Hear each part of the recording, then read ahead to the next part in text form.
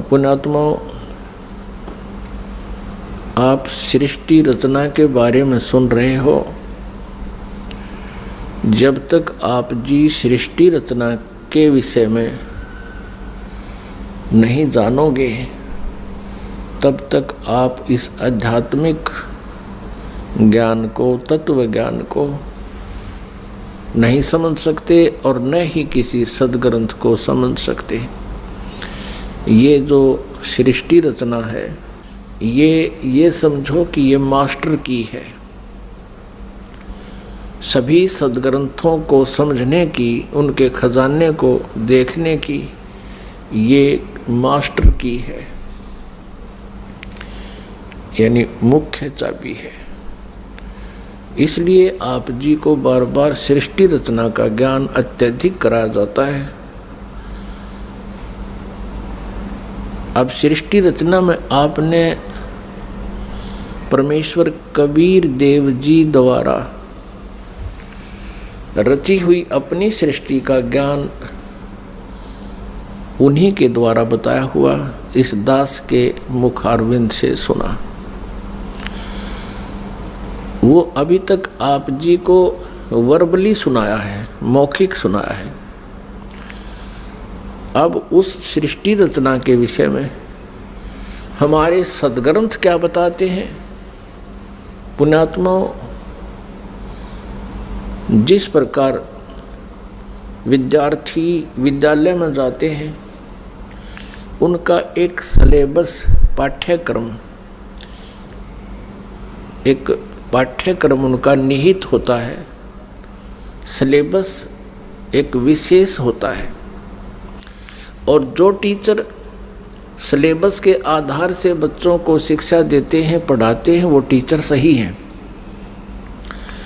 और जो teacher syllabus से बाहर का ज्ञान कराते हैं वो टीचर ठीक नहीं। वो अध्यापक बच्चों के हितैषी नहीं है, उनके जीवन के नाशक हैं। तो पुण्यात्माओं, जो सद्ग्रंथों के विपरीत ज्ञान, शास्त्र विरुद्ध ज्ञान जो संत बता रहे हैं और शास्त्र विधि त्याग कर मनमाना आचरण कर और करवा रहे हैं, शास्त्र विधि त्याग कर मनमानी पूजाएं कर रहे हैं, वो न तो स्वयं कोई लाभ प्राप्त कर रहे हैं मनुष्य जीवन का और न ही उनके अनुयायी। इसके लिए श्रीमद् भगवत गीता अध्याय 16 श्लोक 23 में और 24 में कहा है। 23 में कहा कि शास्त्र विधि को त्याग कर जो मनमाना आचरण करते हैं उनको न तो कोई सुख होता है और न ही उनकी कोई गति होती है और न ही सिद्धि को प्राप्त होती है, अर्थात व्यर्थ। श्लोक 24 में कहा कि इससे तेरे लिए अर्जुन कर्तव्य और अकर्तव्य की व्यवस्था में शास्त्र ही प्रमाण है। कर्तव्य माने जो शास्त्र अनुकूल साधनाएं हैं, जो साधनाएं आपने करनी चाहिए, और अकर्तव्य जो ना करने योग्य हैं, वो सद्ग्रंथों से ही जाना जाता है। कोई अपनी लोकवेद दंत कथा सुनाता है, उसको हमने स्वीकार नहीं करना चाहिए। तो अभी तक जो ब्रह्मा जी, विष्णु जी, शिव जी को ये कहते आए हैं, ये पवित्र हिंदू धर्म के ये शास्त्र विरुद्ध ज्ञान देने वाले आचार्य, गुरु, ऋषि, महर्षि, ये कहते आए हैं कि ब्रह्मा जी, विष्णु जी, शिव जी ये अजर अमर हैं, इनके कोई माता पिता नहीं है और ये सभी ब्रह्मांडों के रचनहार यही है। तो वो टीचर ठीक नहीं, वो शास्त्र विधि त्याग के लोकवेद सुना रहे हैं। लोकवेद क्या होता है? सुना सुनाया ज्ञान जो कहीं प्रमाणित ना हो। अभी आपको दिखाते हैं श्रीमद् देवी भागवत। वो श्री ब्रह्मा, श्री विष्णु, श्री शिव जी के विषय में क्या जानकारी देते हैं। आप जी ने ये देखिएगा, श्रीमद् देवी भागवत सचित्र मोटा टाइप, केवल हिंदी, गीता प्रेस गोरखपुर से प्रकाशित है। इसके कौन हैं संपादक? हनुमान प्रसाद पोदार, चिमनलाल गोस्वामी। प्रकाशक एवं मुद्रक हैं गीता प्रेस गोरखपुर, गोविंद भवन कार्यालय, कोलकाता का संस्थान। तीसरे स्कंद में 123 पृष्ठ पे है, तीसरा स्कंद। भगवान विष्णु जी अपनी माता दुर्गा की स्तुति कर रहे हैं। क्या कह रहे हैं? तुम शुद्ध स्वरूपा हो, यह सारा संसार तुम ही से उद्भासित हो रहा है। मैं, ब्रह्मा और शंकर, विष्णु जी करें, हम सभी तुम्हारी कृपा से विद्यमान हैं। हमारा आविर्भाव माने जन्म, तिरोभाव माने मृत्यु, हमारा आविर्भाव और तिरोभाव हुआ करता है। केवल तुम ही नित्य हो, जगत जननी हो, प्रकृति और सनातनी देवी हो। ये प्रकृति शब्द याद रखना। दुर्गा को प्रकृति भी कहते हैं। आपके गीता जी में काम आओगा 14वें अध्याय के 3, 4, 5 श्लोकों में, क्योंकि ये कोड वर्ड है गीता जी। प्रकृति दुर्गा जी को कहते हैं। इससे स्पष्ट हो गया कि ब्रह्मा विष्णु महेश का जन्म और मृत्यु होता है। भगवान शंकर बोले, देवी यदि महाभाग विष्णु तुम ही से प्रकट हुए हैं तो उनके बाद उत्पन्न होने वाले ब्रह्मा भी तुम्हारे बालक हुए। फिर मैं तमोगुणी लीला करने वाला शंकर क्या तुम्हारी संतान नहीं हुआ? अर्थात मुझे भी उत्पन्न करने वाली तुम ही हो। शिवे, संपूर्ण संसार की सृष्टि करने में तुम बड़ी चतुर हो। इस संसार की सृष्टि, स्थिति और संहार में तुम्हारे गुण सदा समर्थ हैं। उन्हीं तीनों गुणों से उत्पन्न हम, रजगुण ब्रह्मा जी, सतगुण विष्णु, तमगुण शंकर, उन्हीं तीनों गुणों से उत्पन्न हम ब्रह्मा, विष्णु एवं शंकर नियमानुसार कार्य में तत्पर रहते हैं। पुण्यात्मा, इस पवित्र देवी पुराण ने इन चंद पंक्तियों में स्पष्ट कर दिया कि श्री ब्रह्मा विष्णु महेश ये नासवान है, इनकी जन्म और मृत्यु होती है। दुर्गा इनकी माता है और रजगुण ब्रह्मा जी, सतगुण विष्णु, तमगुण शिव जी है। और चौथा ये कंसेप्ट क्लियर हो गया कि ये केवल नियमित कार्य ही कर सकते हैं। जिसका जैसा नियमित है, जिसका किस्मत में जो कुछ भी लिखा है उसमें ये परिवर्तन नहीं कर सकते, उनको जैसा ही दे सकते हैं। जैसा कर्म है वैसा ही उनको फल देते हैं, ऐसा इनका नियम है। और ये हमारे सदग्रंथों में लिखा हुआ है। अब आप जी को डिटेल से दिखाते हैं। इसी श्रीमद् देवी भागवत को ही पुनः दिखाते हैं पूरी डिटेल से। ये देखिएगा, ये वही श्रीमद् देवी भागवत है, गीता प्रेस गोरखपुर से प्रकाशित है। ये है श्रीमद् देवी भागवत, तीसरा स्कंद यहाँ प्रारंभ होता है। पृष्ठ 113 है, पृष्ठ 113 है।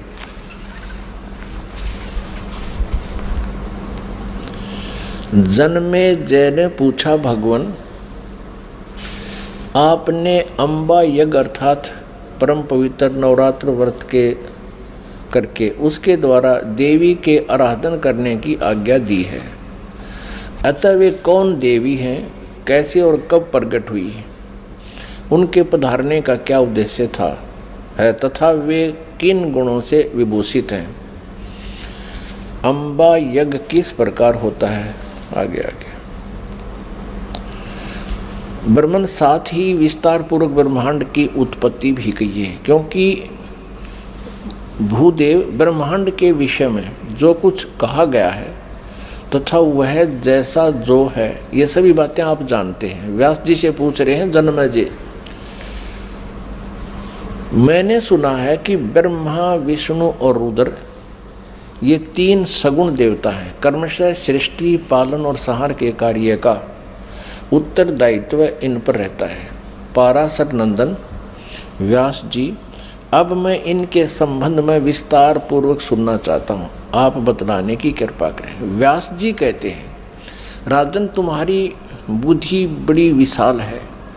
अभी तुमने जो पूछा कि ब्रह्मादि की उत्पत्ति, यानी ब्रह्मा विष्णु महेश, ब्रह्मादि माने ब्रह्मा विष्णु महेश की उत्पत्ति कैसे हुई, सो वह महान कठिन विषय है। उसमें अनेक प्रश्न उठ जाते हैं। यही प्रश्न पूर्व समय में मैंने नारद जी से किया था। व्यास जी कह रहे हैं कि मैंने नारद से पूछा था यही ज्ञान। मैंने कहा, मुने आप बुद्धिमान हैं, मुझे यह बताने की कृपा कीजिए कि इस विस्तृत ब्रह्मांड के प्रधान कर्ता कौन है। मुनिवर, यह ब्रह्मांड कहाँ से उत्पन्न हो गया। दिविजवर, साथ ही यह भी बताइए कि यह ब्रह्मांड विनाशशील है अथवा सदा रहने वाला है। इसकी रचना ये 114 पृष्ठ पे, 3रा स्कंध। करने वाला कोई एक है अथवा बहुत से इसके रचयिता है। कर्ता के अभाव में कार्य का होना असंभव है। यह प्रश्न मेरे मन में उठा करता है।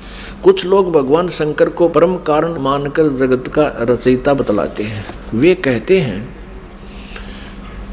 कि देवादिदेव भगवान शंकर अविनाशी पुरुष हैं, उनका कभी जन्म और मरण नहीं होता, वे आत्मा मर्मण करने वाले हैं, देवताओं पर भी उनका शासन बना रहता है। दूसरे कई लोग भगवान विष्णु की प्रशंसा किया करते हैं। वे शक्तिशाली पुरुष, अव्यक्त, अखिल ऐश्वर्य के संपन्न परब्रह्म परमात्मा है।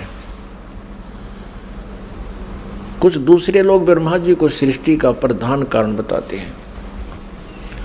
कितने ही आचार्य भवानी को संपूर्ण मनोरथ पूर्ण करने वाली बतलाते हैं। वे आदिमाया महाशक्ति एवं परम पुरुष के साथ रहकर कार्य संपादन करने वाली प्रकृति है। ब्रह्म के साथ उनका अभेद संबंध है।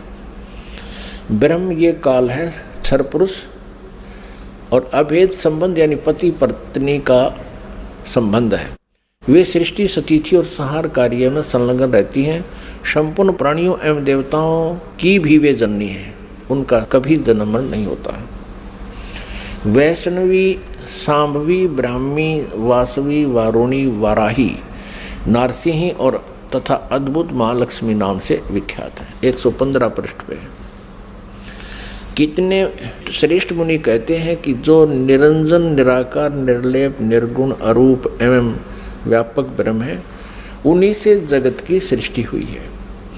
कहीं कहीं वेद और उपनिषद में भी वे ही ब्रह्म तेजो में बतलाए गए हैं और प्रधान पुरुष हैं।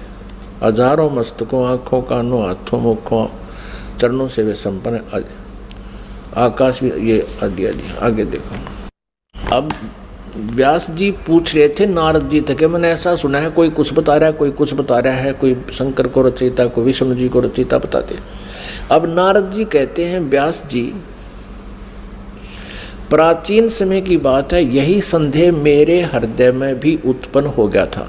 तब मैं अपने पिता अमित तेजस्वी ब्रह्मा जी के स्थान पर गया और उनसे इस समय जिस विषय में तुम पूछ रहे हो उसी विषय में मैंने पूछा। मैंने कहा, पिताजी यह संपूर्ण ब्रह्मांड कहाँ से उत्पन्न हुआ। विभो, आपने सम्यक प्रकार से इसकी रचना की है अथवा विष्णु इस विश्व के रचयिता हैं या शंकर ने इसकी सृष्टि की है। पर जगत प्रभु, आप विश्व के आत्मा हैं और सच्ची बात बताने की कृपा करें। किन देवताओं की पूजा करनी चाहिए तथा कौन देवता सबसे बड़े एवं समर्थ हैं। निष्पाप ब्रह्मा जी, इन सभी प्रश्नों का समाधान करके मेरे हृदय के संदेह को दूर करने की कृपा कीजिए। सत्यवती नंदन व्यास जी, इस प्रकार मेरे प्रसन्न करने पर लोक पितामह ब्रह्मा जी मुझसे कहने लगे, ब्रह्मा जी ने कहा, बेटा मैं इस प्रश्न का क्या उत्तर दूं? यह प्रश्न बड़ा ही जटिल है। महाभाग, तुम भगवान विष्णु से इसका समुचित समाधान पा सकते हो। ये तीनों देवता, इनको ज्ञान तो है नहीं, इसलिए ये अपने से दूसरे की तरफ धका दिया करें। चलो वहाँ उससे पूछ लो। फिर भी विष्णु जी की तरफ संकेत करते हैं, फिर भी अपना ज्ञान वो बता रहे हैं। ब्रह्मा जी कह रहे हैं, महामते, इस संसार में कोई भी रागी पुरुष ऐसा नहीं है जिसे यह रहस्य विदित हो। जो त्यागी, अहंकार रहित एवं ईर्षा शून्य है, वही इसके रहस्य को जान सकता है। पूर्व काल में, अब सृष्टि की रचना बता रहे हैं ब्रह्मा जी। पूर्व काल में सर्वत्र जल ही जल था। स्थावर जंगम जितने प्राणी हैं उनमें कोई भी नहीं थे। तब कमल से मेरी उत्पत्ति हुई। उस समय मुझे सूर्य, चंद्र, वृक्ष तथा पर्वत कोई भी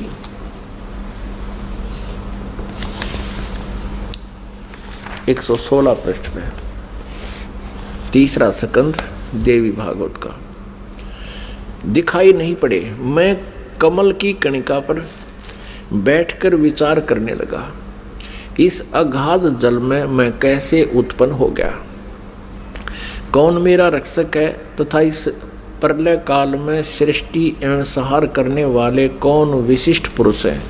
कहीं भी स्पष्ट रूप से भूमि भी नहीं दिखती जिस पर यह जल टिका हुआ है।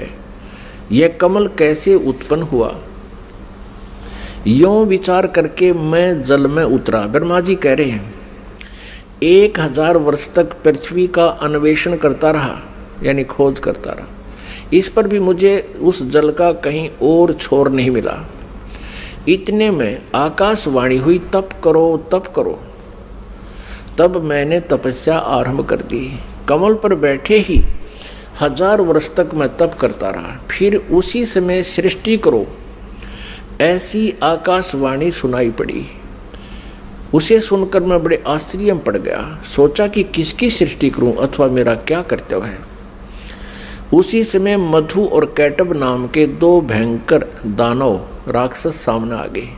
वे उस महावर्ण में मुझसे युद्ध करने की इच्छा प्रकट करने लगे। मैं उनसे भयभीत हो उठा।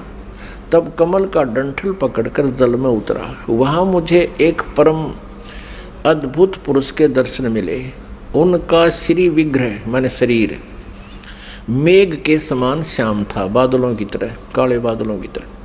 वे पीतांबर पहने थे, 4 भुजाएं थी, शेष नाग की सैया पर सोए थे। उन जगत प्रभु के गले को वनमाला सुशोभित कर रही थी। शंख, चक्र, गदा और पद्म, इन 4 आयुधों से अनुपम शोभा पा रहे थे। ऐसे शेष शाही भगवान विष्णु का मुझे दर्शन हुआ। वे योग निंद्रा के वशीभूत होकर गाढ़ी नींद में सोए हुए थे। उनकी सारी चेष्टाएं शांत थी। नारद जी शेष नाग की सैया पर सोए हुए उन प्रभु को देखकर मेरा मन चिंतित हो उठा। इतने में भगवती योग निंद्रा याद आ गई। मैंने उनका स्तवन किया। तब वे कल्याणमयी भगवती श्री विष्णु जी के विग्रह से निकलकर, विग्रह माने शरीर से, श्री विष्णु जी के शरीर से निकलकर अत्यंत रूप धारण करके आकाश में विराजमान हो गई। दिव्य आभूषण उनकी छवि बढ़ा रहे थे। जब योग निंद्रा भगवान विष्णु के शरीर से अलग होकर आकाश में विराजने लगी, तब तुरंत ही श्री हरि उठ बैठे। अपने आत्माओं, जैसा आज आपको सृष्टि रचना में पहले बताया था, वर्बली दास ने बताया था, जो परमात्मा ने हमें बता रखा था, कबीर साहब ने ये कहा था कि दुर्गा ब्रह्मा जी, विष्णु जी और शिव जी की माता है, श्री देवी, और ये काल ज्योति निरंजन इनका पिता है। ये क्या करते हैं, इन तीनों बच्चों की उत्पत्ति करते हैं। ये काल यानी ब्रह्म, क्षरपुरुष भी कहते हैं इसको, क्षरब्रह्म भी कहते हैं। क्षरब्रह्म और ये दुर्गा जी, इन दोनों के पति पत्नी व्यवहार से श्री ब्रह्मा जी, श्री विष्णु जी, श्री शिव जी की उत्पत्ति होती है, जन्म होता है। और ये क्या करते हैं, इनको बाल्यावस्था से ही कोमा में कर देते हैं, अचेत कर देते हैं और उनकी परवरिश जारी करते हैं। जब ये युवा होते हैं तो इनको सचेत कर देते हैं। अब ये दुर्गा अन्य रूप धारण करके प्रेतवत, प्रेतनी की तरह विष्णु जी के शरीर में प्रवेश करके इनको बेहोश किए हुए थी। ऐसे ही ब्रह्मा जी को ये कमल के फूल पर रख दिया और तब तक ये अचेत था, कोमा में डाल रखा था। ये खुद कहता मुझे पता नहीं मैं कमल के फूल पर कहाँ से उत्पन्न हो गया, मेरा कौन जनक है। अब नीचे उतरा तो देखा विष्णु जी बेहोश पड़े थे वो, और उसमें से जब वो दुर्गा निकल गई, बाहर आई, तो वो सचेत हो गए। अब इस प्रकार इन सभी को इस काल भगवान ने अपने सुनियोजित षड्यंत्र के तहत भ्रमित कर रखा, किसी को यथार्थ ज्ञान नहीं बता रखा। अब यहाँ आप आगे देखिएगा, अब क्या होता है कि तीसरे स्थान पर भगवान शंकर को भी बेहोश कर रखा था, फिर उसको सचेत कर दिया, फिर तीनों को इकट्ठा कर दिया प्रेरणा करके, तीनों इकट्ठे हो गए। अब देखना श्रीमद् संक्षिप्त देवी भागवत और तीसरा स्कंद, और हम यहाँ पढ़ रहे थे। तब वे कल्याणमयी भगवती श्री विष्णु के विग्रह से निकलकर अत्यंत रूप धारण करके आकाश में विराजमान हो गई। दिव्य आभूषण उनकी छवि बढ़ा रहे थे। जब योग निंद्रा भगवान विष्णु के शरीर से अलग होकर आकाश में विराजने लगी, तब तुरंत ही श्री हरि उठ बैठे। उन्होंने मधु और कैटब के साथ 5000 वर्ष तक बड़ी घमासान लड़ाई की। तब वे दैत्य मरे। पहले देवी के कटाक्ष से मधुर और कैटब मोहित हो गए थे। उसके बाद भगवान विष्णु ने गोद में लिटाकर उन्हें वहीं प्राणों से रहित कर दिया। अब वहाँ मैं और भगवान विष्णु दो थे, वहीं रुद्र भी प्रकट हो गए। हम तीनों को भगवती आद्याशक्ति के दर्शन हुए, दुर्गा के। उन्हें देखकर मनमुग्ध हो गया। हमने उनकी उत्तम स्तुति की। तब वे आदि शक्ति हम लोगों से कहने लगी। देवी ने कहा, ब्रह्मा, विष्णु और महेश्वर, तुम भली भांति सावधान होकर अपने अपने कार्य में संलग्न हो जाओ। सृष्टि, स्थिति और संहार ये तुम्हारे कार्य हैं। ब्रह्मा जी कहते हैं भगवती आद्याशक्ति की, यह हम 117 पृष्ठ पर पढ़ रहे हैं, तीसरा स्कंद। वह वाणी बड़ी मधुर थी, सुंदर एवं सुखप्रद थी। हमने वह स्पष्ट सुनी। हम लोगों ने उनसे कहा, माता, हम किस प्रकार इन प्रजाओं के सर्जन आदि कार्य करने में सफल हों? विस्तृत भूमि का अभाव है, सभी स्थान जलमग्न है। हमारी बात सुनकर उन कल्याण स्वरूपिणी भगवती का मुखमंडल मुस्कान से भर गया। इतने में एक सुंदर विमान आकाश से उतरा। तब उन देवी ने हमें आज्ञा दी, देवताओं, निर्भीक होकर इच्छा पूर्वक इस विमान में प्रवेश कर जाओ। ब्रह्मा, विष्णु और रुद्र, आज मैं तुम्हें एक अद्भुत दृश्य दिखलाती हूँ। हमने भगवती की बात सुनकर उसे शिरोधार्य कर लिया। उस रत्न जटित विमान पर चढ़कर हम लोग आराम से बैठ गए। हम तीनों देवताओं को उस पर बैठे देखकर देवी ने अपने सामर्थ्य से विमान को आकाश में उड़ा दिया। ब्रह्मा जी कहते हैं, मन के समान तीव्र गति से चलने वाला वह विमान जिस अपरिचित स्थान पर गया, वहाँ संपूर्ण फलों से लदे हुए अनेक सुंदर वृक्ष थे। आगे एक अत्यंत सुंदर नगर दिखाई पड़ा। अद्भुत चार दीवारी उस नगर की छवि बढ़ा रही थी। उसमें बहुत से ऊंचे ऊंचे महल थे। उचित स्थान पर यज्ञशालाएं बनी थी। क्षण भर के बाद वह एक दूसरे सुंदर प्रदेश में जा पहुंचा। वहां हमने देखा अनुपम नंदन वन था। पारिजात की संगन छाया के नीचे सुरभि गो बैठी थी। आप पास में ही ऐरावत हाथी विराजमान था। सैकड़ों अप्सराएं, यक्ष, गंधर्व और विद्याधर उस पराजित के उपवन में गाते व्यवहार करते थे। देखा तो वही महाभाग इंद्र भी थे। उनके समीप उनकी प्राण प्रिया सची विद्यमान थी। उस स्वर्ग के दृश्य को देखकर हम 118 पृष्ठ पे आश्चर्यचकित हो गए। आगे देखना। इतने में हमारा विमान तेजी से चल पड़ा और वह दिव्य धाम ब्रह्मलोक में जा पहुंचा।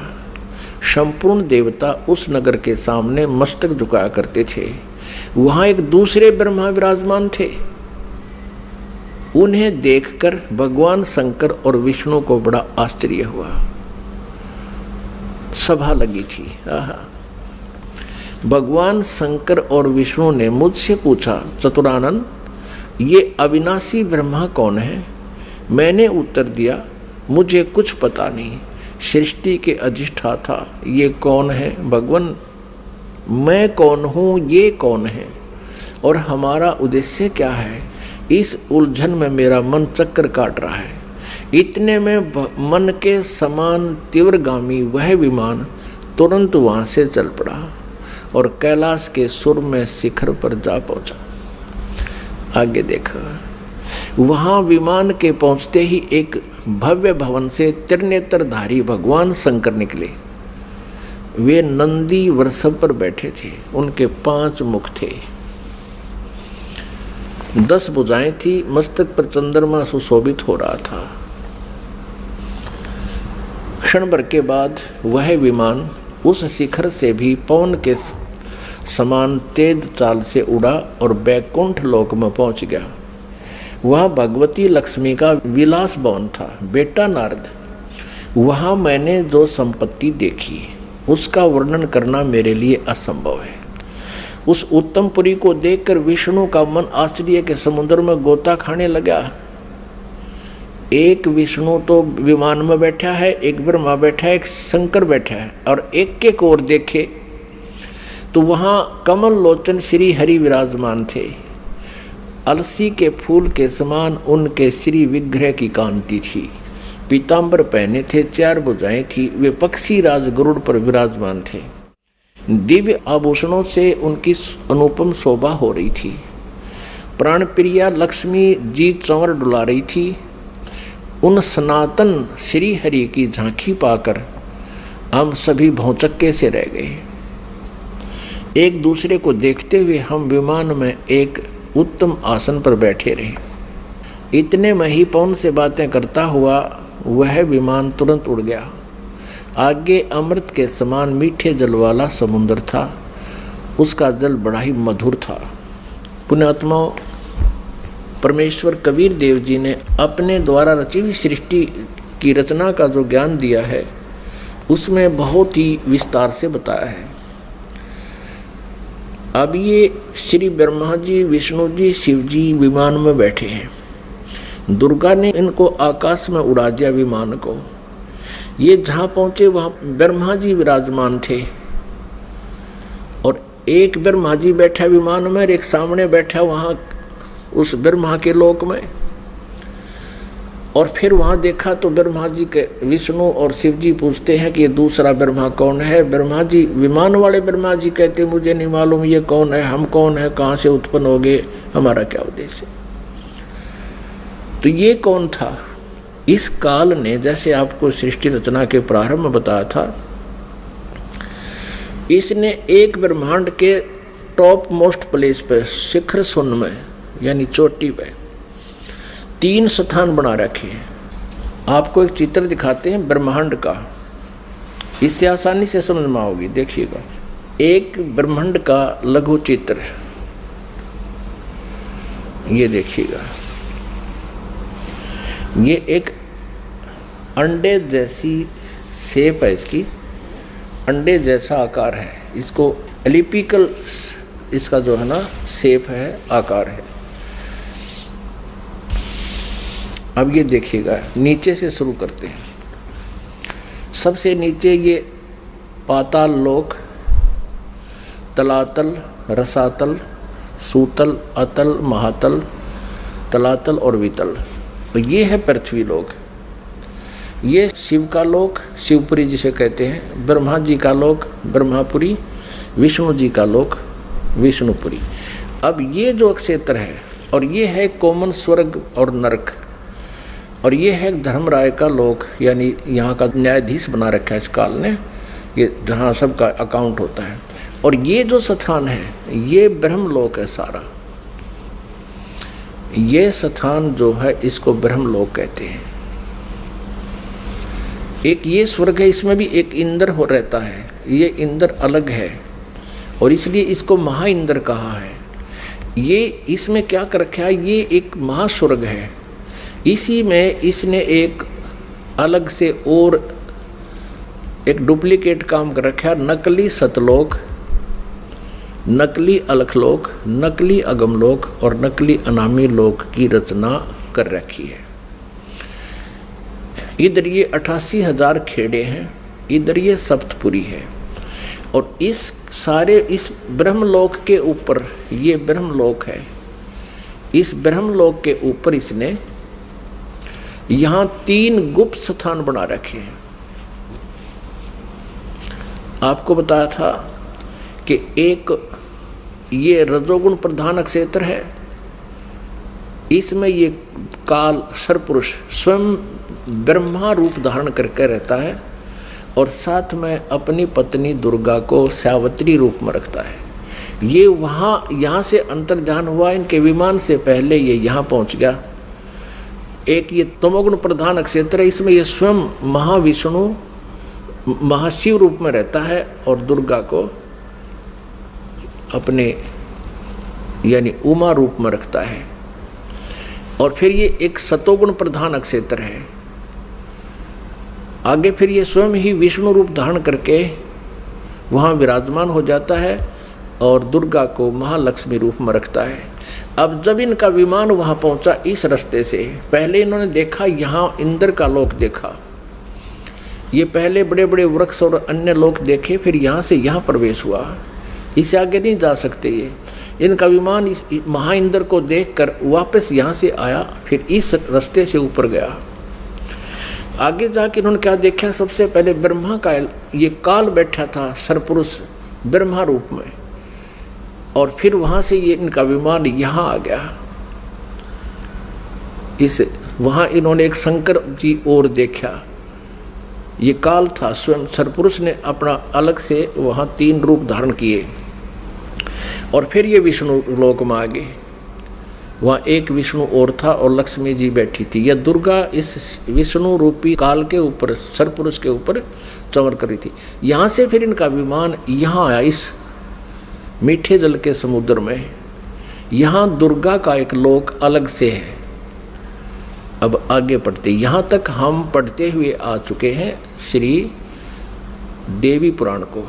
अब हम यहाँ आएंगे इस मीठे जल में, इस मीठे जल के समुद्र में पहुँच गए। अब यहाँ आते हैं पुण्यात्माओं, आज हमारे सदग्रंथ जो प्रमाणित कर रहे हैं, ये ज्ञान परमेश्वर कबीर जी ने 600 वर्ष पहले अपनी सच्चिदानंद घन ब्रह्म की वाणी में, कबीर वाणी में लिपिबद्ध करवा रखा है, आज से 600 वर्ष पहले। और आज इन सदग्रंथों में हमें सत्य हो रहा है। तो इससे सिद्ध है कि पूर्ण परमात्मा कबीर जी हैं, जिन्होंने पहले ही ये ज्ञान हमें दे रखा था और हमारे सदग्रंथों में विद्यमान है। अब हम कहाँ तक पढ़ते हुए आगे कि इन तीनों ये विमान में बैठे हैं, ब्रह्मा विष्णु शिव जी, और दुर्गा ने अपनी शक्ति से विमान को आकाश में उड़ा दिया। पहले वो पहुँचे ब्रह्मा जी के लोक में, वह इस काल के उस स्थान पर पहुँचे जो रजोगुण प्रधान है। वहाँ यह स्वयं ही सरपुरुष यानी काल ब्रह्म स्वयं ही ब्रह्मा रूप धारण करके विराजमान था। आगे फिर गए तो इस शंकर रूप में विराजमान था। आगे गए तो ये विष्णु रूप में विराजमान था। फिर वहाँ से इनका विमान कहाँ गया, ये सारा इसलिए किया गया था कि कहीं ये अपने आप को भगवान ना मान बैठे, इनका भ्रम निवारण कर दें। अब देखना, ये देवी भागवत चल रहा है, श्रीमद् देवी भागवत, गीता प्रेस गोरखपुर से प्रकाशित है। ये वही पुस्तक है जो आपको पहले दिखाई थी। हमने यहाँ तक पढ़ लिया, हमने ये पढ़ा 118 पे। इतने में हमारा विमान तेजी से चल पड़ा और एक दिव्य धाम ब्रह्म लोक में जा पहुंचा। वहां पर एक दूसरे ब्रह्मा विराजमान थे। एक तो विमान में बैठा है, एक वहां विराजमान था दूसरा। वो ब्रह्म था, क्षर पुरुष था, वो धोखा देता है इनको। वो स्वयं ब्रह्मा रूप में वहां विराजमान था। उन्हें देखकर भगवान शंकर और विष्णु को बड़ा आश्चर्य हुआ। सभा लगी थी। भगवान शंकर और विष्णु ने मुझसे पूछा, चतुरानन, ये अविनाशी ब्रह्मा कौन है? मैंने उत्तर दिया, मुझे कुछ पता नहीं। सृष्टि के अधिष्ठाता ये कौन है? भगवान मैं कौन हूँ? ये कौन है? और हमारा क्या उद्देश्य है? इस उलझन में मेरा मन चक्कर काट रहा है। इतने में मन के समान तीव्रगामी वह विमान तुरंत वहाँ से चल पड़ा और कैलाश के सुर में शिखर पर जा पहुँचा। वहाँ विमान के पहुँचते ही एक भव भवन से त्रिनेत्रधारी भगवान शंकर निकले। वे नंदी वृषभ पर बैठे थे। ये काल निकला वहाँ से, सरपुरुष। और फिर वहाँ से क्षण भर के बाद वह विमान उस शिखर से भी पवन के समान तेज चाल से उड़ा और वैकुंठ लोक में पहुँच गया। वहाँ पर कौन थे? वहाँ कमल लोचन श्री हरि विराजमान थे। विष्णु जी एक और युकाल बैठा था, सरब्रह्म सरपुरुष, और उसकी 4 भुजाएं थी। पक्षीराज गरुड़ पर विराजमान थे और प्राण प्रिय लक्ष्मी जी चौंच बुला रही थी। अब हम यहाँ आते हैं, नीचे देखते हैं। इतने में पवन से बातें करता हुआ वह विमान तुरंत उड़ गया। आगे अमृत के समान मीठे जल वाला समुद्र था, जिसका जल बड़ा ही मधुर था। हम 119 पृष्ठ पर पढ़ेंगे। अब 118 हमने पढ़ लिया। उस समुद्र में वहाँ एक मनोहर द्वीप था। उस द्वीप में एक मंगल में मनोहर पलंग बिछा था। उस पलंग में सुंदर रत्न जड़े थे। उस उत्तम पलंग पर एक दिव्य रमणी बैठी थी, या दुर्गा जाकर वहाँ विराजमान होगी आगे। वे ऐसी प्रभापूर्ण देवी थी मानो करोड़ों बिजलियाँ एक साथ चमक रही हों। अत्यंत सुंदर मुख था, लाल लाल दांत थे, करोड़ों लक्ष्मियों से भी अधिक वह सुंदर थी। वे ऐसी प्रभापूर्ण देवी थी मानो करोड़ों बिजलियां एक साथ चमक रही हो। अत्यंत सुंदर मुख था, लाल लाल दांत थे। ये पढ़ लिया। अब यहाँ है, उन्हें देखकर हम सभी महान आश्चर्य में पड़ गए। कुछ समय तक हम वहीं ठहरे रहे। आपस में कहने लगे, ये सुंदरी कौन है और इसका क्या नाम है? हम इसके विषय में बिल्कुल अनभिज्ञ हैं। इसके हजारों नेत्र, हजारों हाथ, हजारों मुख हैं। दूर से देखने पर ही वे कितनी सुंदर प्रतीत हो रही हैं। ये न कोई अप्सरा है, न कोई गंधर्व कन्या और न देव कन्या। नारद, यों संदेहग्रस्त होकर हम लोग वहाँ रुके रहे। तब भगवान विष्णु ने उन चारों साहिनी भगवती को देखकर विवेक पूर्वक निश्चय कर लिया कि ये भगवती जगदम्बिका हैं। तब उन्होंने कहा कि ये भगवती हम सब की आदि कारण है। महाविद्या और माँ माया इनके नाम हैं। ये पूर्ण प्रकृति है। अपने आत्माओं, विष्णु जी कह रहे हैं, क्योंकि विष्णु जी की बुद्धि खोल दी काल ने। अब हम 120 पृष्ठ पर पढ़ेंगे। संक्षिप्त देवी भागवत, गीता प्रेस गोरखपुर से प्रकाशित है। ये वे ही दिवांगना है। विष्णु जी बता रहे हैं अपना पिछले, इसकी थोड़ी सी बैकग्राउंड दिखा दी विष्णु को, इस काल भगवान ने और दुर्गा ने। ये वे ही दिवांगना है जिनके प्रलय वर्ण में मुझे दर्शन हुए थे। उस समय मैं बालक रूप में था। मुझे पालने पर ये झुला रही थी। विष्णु जी के जन्म का प्रत्यक्ष प्रमाण। छोटा सा बालक था विष्णु जी। वट वृक्ष के पत्थर पर एक सुदृढ़ सैया बिछी थी। उस पर लेटकर मैं पैर के अंगूठे को अपने कमल जैसे मुख में लेकर चूस रहा था। कहते प्रलय वर्ण में मुझे दर्शन हुए थे इस देवी के। उस समय में बालक रूप में था, छोटा सा बच्चा था, ये मुझे झुला रही थी, मैं अंगूठे चूस रहा था पैरों के। इन्हें देखकर मुझे पहले की बात याद आ गई, ये हम सब की जननी है।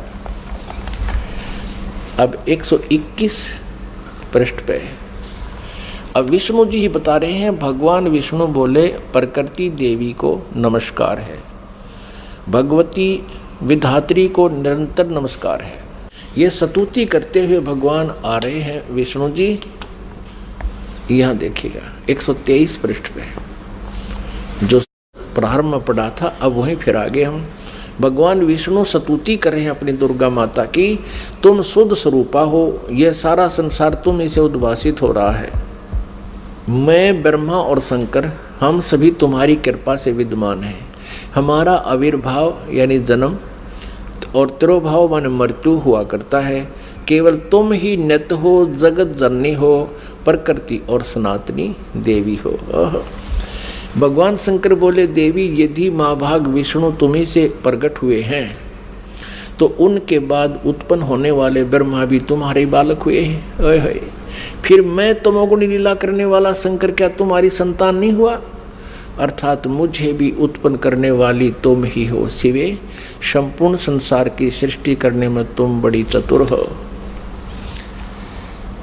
इस संसार की सृष्टि स्थिति और संहार में तुम्हारे गुण सदा समर्थ हैं।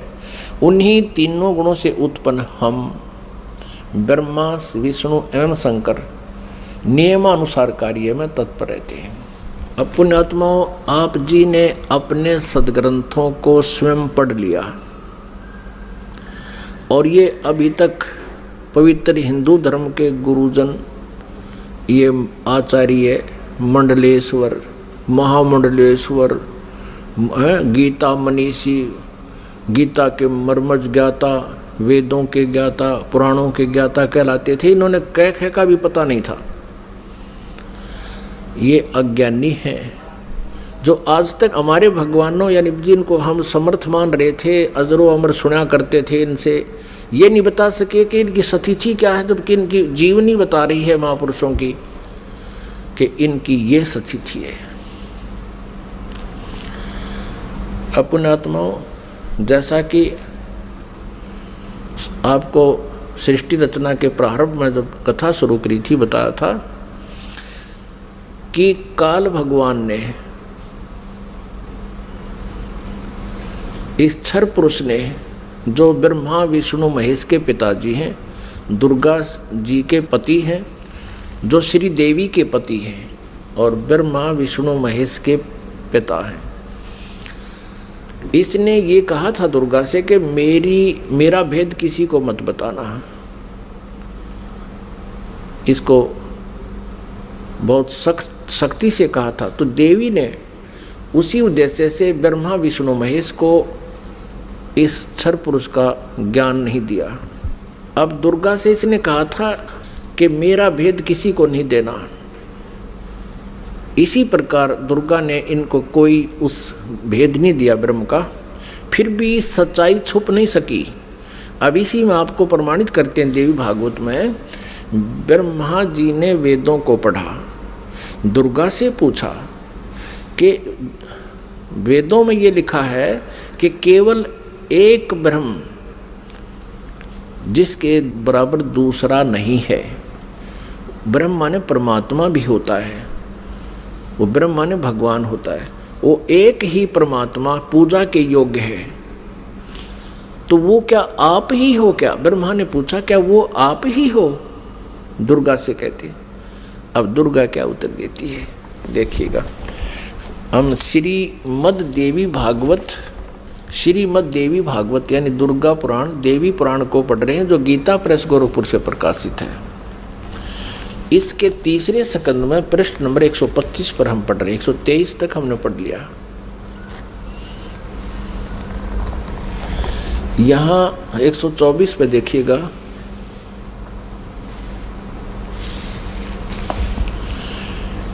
ब्रह्मा जी कहते हैं अद्भुत तेजस्वी भगवान शंकर के यूं स्तुति करने पर भगवती जगदम्बिका ने अपने बात बताई। अब यहाँ ब्रह्मा जी पूछ रहे हैं, ब्रह्मा जी का प्रकरण चल रहा है, ये 125 पृष्ठ पे हम पढ़ रहे हैं, तीसरे स्कंद में। इस मूर्त और अमूर्त जगत का आधार तुमसे पूर्व कोई भी दूसरा पुरुष नहीं था, कोई तीसरा भी नहीं है। एकम एवं द्वितीयम ब्रह्म, इस वेद के वचन को व्यर्थ कहना तो बनता नहीं। अब दुर्गा इनको कहा करती मैं ही सब कुछ हूँ, मैं ही तुम्हारा पिता हूँ, मैं तुम्हारी माता हूँ। तो अब ब्रह्मा जी ने वेदों को पढ़ा तो इसने कहा कि वेद के वचन को हम झूठा भी नहीं कह सकते, और इधर अनुभव दूसरी बात कहता है।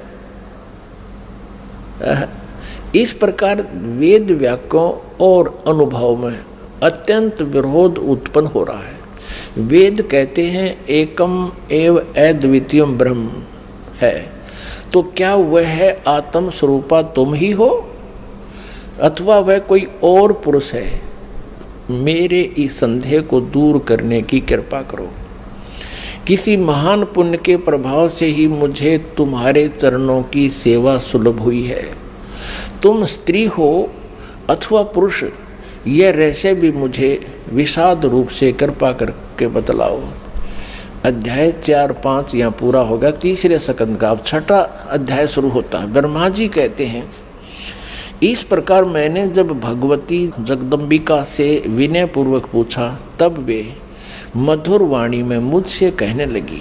देवी ने कहा मैं और ब्रह्म एक ही हैं। अब हो गए ना दो, सच्चाई छुप नहीं सकती, एक ही हैं। मुझ में और इन ब्रह्म में कभी किंचित मात्र भी भेद नहीं है। जो वे हैं वही मैं हूँ, और जो मैं हूँ वही वे हैं।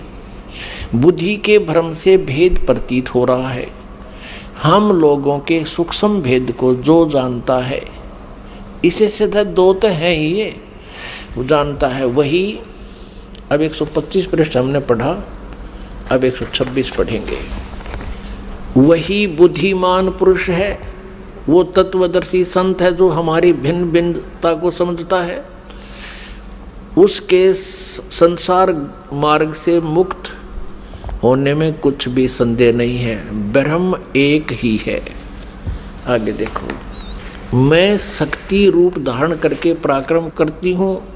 गौरी, ब्राह्मी, रौद्री, वाराही, वैष्णवी, शिवा, वारुणी, कुबेरी, नारसिंही और वासवी सभी मेरे रूप हैं। विभिन्न कार्यों के उपस्थित होने पर उन देवियों के भीतर अपनी शक्ति स्थापित करके मैं सारी व्यवस्था करती हूँ। हाँ, उस देवी को निमित्त बना लेना मेरा स्वभाव है।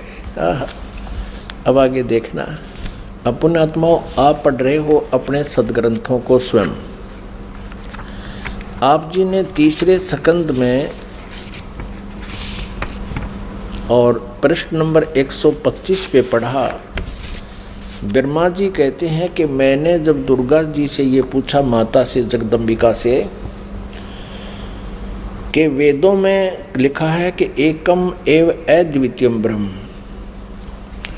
अद्वितीयम जिसके बराबर दूसरा कोई नहीं हो, वो ब्रह्म ही सब कुछ है। उधर से उपनिषद और आप जो कह रहे हो कि मैं ही सब कुछ हूँ, मैं ही सृष्टि रचना करने वाली हूँ, मेरे अतिरिक्त कोई नहीं है, तो इन वेद के वाक्य को झूठा भी नहीं कहा जा सकता। अनुभव हमारा बताता है कि परमात्मा निराकार है और वेद बताते हैं कि वो साकार है, तो हमारे अनुभव में और यथार्थता में बहुत विरोध है। तो क्या वो ब्रह्म आप ही हो या कोई और है? ब्रह्मा जी ने पूछा। अब दुर्गा पहले तो बहकाती है उनको कि उस ब्रह्म में और मेरे में कोई अंतर नहीं है, मैं ही वही हूँ, वो मैं ही हूँ। हम दोनों का सूक्ष्म भेद जो जानता है वो परम पुरुष है, विद्वान पुरुष है, तत्वदर्शी है। आगे फिर देखना 129 पृष्ठ पे है, बिल्कुल स्पष्ट हो जाता है। देखिएगा, हम तीसरा स्कंद पढ़ रहे हैं। संक्षिप्त देवी भागवत का पृष्ठ नंबर 129 पर है, यहाँ देखिएगा। यों सृष्टि कर्म मैंने संक्षेप में तुम्हें बतला दिया। यह देवी कह रही है, दुर्गा बता रही है। यहाँ देवी का प्रवचन चल रहा है, देवी ने कहा, ये देवी बता रही है। यों 129 पृष्ठ पे है। यों सृष्टि कर्म मैंने संक्षेप में तुम्हें बतला दिया। महानुभाव देवताओं ब्रह्मा विष्णु और शिव को दुर्गा कह रही है, अब मेरा कार्य सिद्ध करने के लिए विमान पर बैठकर तुम लोग शीघ्र पधारो जाओ। कोई कठिन कार्य उपस्थित होने पर जब तुम मुझे स्मरण करोगे तब मैं सामने आ जाऊंगी। देवताओं, मेरा और सनातन परमात्मा का ध्यान तुम्हें सदा करते रहना चाहिए। अब यहाँ ये दो हो गए। तब तो कह रही थी मैं ही सब कुछ हूँ, और अब ये कह रही है दो, मेरा और ये दुर्गा ब्रह्म को ही सनातन परमात्मा बता रही है। हम दोनों का आगे दो, हम दोनों का स्मरण करते रहोगे तो तुम्हारे कार्य सिद्ध होने में किंचित मात्र भी संदेह नहीं रहेगा। ब्रह्मा जी कहते हैं, इस प्रकार कहकर भगवती जगदम्बिका ने हमें विदा कर दिया। उन्होंने शुद्ध चरित्र वाली शक्तियों में से भगवान विष्णु के लिए लक्ष्मी को, शंकर के लिए महाकाली को और मेरे लिए महासरस्वती को पत्नी बनने की आज्ञा दे दी। अब उस स्थान से हम चल पड़े और दूसरे स्थानों पर हम तीनों की पुरुष रूप से प्रतिष्ठा हुई। आप जी को इस दास ने परमेश्वर कबीर जी द्वारा रची हुई सृष्टि और ये सारे ब्रह्मांडों की रचना कब कब कैसे हुई वो सारी बताई थी। इस दास ने आपको मौखिक सुनाया था, वर्बली सुनाई थी। और आज इन सदग्रंथों ने, हमारे शास्त्रों ने प्रमाणित कर दिया कि जो 600 वर्ष पहले परमेश्वर कबीर जी ने हमें ज्ञान दिया था वो आज हमारे सदग्रंथों में विद्यमान है। और ये नकली गुरु आचार्य झूठे, वेद ज्ञानहीन, शास्त्रों के ज्ञान से हीन हैं और ये कहते हैं ब्रह्मा विष्णु महेश अजर अमर हैं, इनके कोई माता पिता नहीं, ये सर्वेश्वर हैं, महेश्वर हैं। अब ये तो कंसेप्ट क्लियर हो गया दुर्गा का कि दुर्गा इनकी माता है, फाइनल हो गया। और तीनों का विवाह कर दिया दुर्गा ने, अपने ही 3 रूप बना करके। ये खुद कहती है कि मैं एक से अनेक हो जाती है ये देवी, और 3 रूप धारण करके इसने तीनों पुत्रों का विवाह कर दिया। अब समस्या रहेगी कि इनका पिता कौन है। इस कंसेप्ट को क्लियर करेगा, इस रहस्य को, इस शंका का समाधान जो है शिव पुराण करेगी। आओ आपको पढ़ाते हैं अपने पवित्र शास्त्र, जिनको ये नकली हिंदू धर्म के नकली गुरु आज तक नहीं पढ़ सके ना समझ सके। इन्होंने केवल संस्कृत भाषा का ज्ञान था, तत्व ज्ञान नहीं था। और हम इनको मानते रहे कि ये संस्कृत भाषा के जानने वाले ऋषि महर्षि ब्राह्मण हैं और इन्होंने वेदों और पुराणों को ठीक पढ़ा होगा, इन्होंने सही बताया होगा हमको। और परमात्मा कबीर देव जी, कबीर साहब जी, वो धानक रूप जुल्हा रूप में आए थे बनारस में। वो 600 वर्ष पहले कहा करते, ये झूठ बोलते हैं सभी, ये सदग्रंथों से परिचित नहीं है, ये परमात्मा की परिभाषा से परिचित नहीं है। तो उस समय हमें विश्वास नहीं हो पाया, क्योंकि ये झूठे गुरु आचार्य कहा करते थे कि कबीर तो अशिक्षित है, ये संस्कृत भाषा जानता नहीं, ये झूठ बोलता है ब्रह्मा विष्णु महेश के बारे में, ये इनकी जन्म मृत्यु बताता है, इनके माता पिता के बारे में कहता है। कबीर जी झूठ बोलते हैं। आए है कबीर परमेश्वर जी ने अपने प्यारी आत्मा धर्मदास जी से कहा था कि धर्मदास, कलयुग के जब 5505 वर्ष बीत जाएंगे तब ये मेरी बात सच्ची होंगी जो आज मैं तुझे बता रहा हूँ। क्या? अब मैं तुमसे कहूँ चताई, त्रिदेवन की उत्पत्ति भाई। माँ अष्टंगी पिता निरंजन, ये जम दारुण वंशन अंजन। 3 पुत्र अष्टंगी जाए, ब्रह्मा विष्णु शिव नाम धराए। जो आज मैं तुझे बता रहा हूं कि ये ब्रह्मा विष्णु महेश की माता दुर्गा है और पिता ज्योति निरंजन है, ये काल क्षर पुरुष है। ये मेरा जो वचन है आज से 5505 वर्ष के बाद जब कलयुग बीत जाएगा तब ये सच्चा होगा। अब आज जो है कलयुग का आज ये वो समय आ गया है। 5500 जो बनता है वो सन 2000 में बनता है, ईसा पूर्व ईस्वी में। आपको प्रमाण देते हैं थोड़ा, आप जी को ये कंसेप्ट क्लियर करते हैं कि वर्तमान में कलयुग का 5500 वर्ष चल रहे हैं। 5511 चल रहा है ये समझ लो आज। और इससे 5 वर्ष पहले सन 2000 में 5505 वर्ष हो जाते हैं। आपको प्रमाणित करते हैं, ये देखिएगा। एक ये हिमालय तीर्थ है, ये पुस्तक का नाम है हिमालय तीर्थ, और ये शंकराचार्य वालों की परंपरा से प्रकाशित है। हिमालय तीर्थ जेपी नंबूरी उप मुख्य कार्यकारी अधिकारी, श्री बद्रीनाथ केदारनाथ मंदिर समिति, ट्रैक्स एंड ट्रैक्ट्रुक्स कलकत्ता, इतने से। ये पहला प्रकाशन 2009 में हुआ है। प्रकाशक है रंजू चक्रवर्ती, ये ऐसा मुद्रक हैं गिरी प्रिंट सर्विस कलकत्ता। अब इसके पृष्ठ नंबर 42 पर आपको दिखाते हैं। पृष्ठ नंबर 42 पुस्तक है हिमालय तीर्थ, और यहाँ देखना शंकराचार्य का विवरण है। आदि केदारेश्वर के समक्ष शंकराचार्य जी की दिव्य संगमरमर की मूर्ति है। शिव रहस्य के अनुसार, शिव रहस्य के अनुसार एक पुस्तक है शिव रहस्य, उसका इस संस्कृत में लिखा है।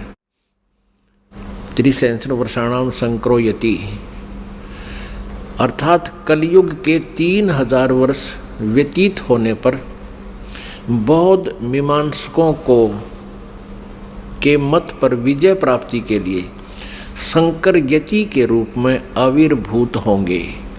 यानी शंकर भगवान ही आदि शंकराचार्य के रूप में कलयुग के 3000 वर्ष व्यतीत होने पर बौद्ध मीमांसकों के मत पर विजय प्राप्ति के लिए शंकर यति के रूप में आविर्भूत होंगे।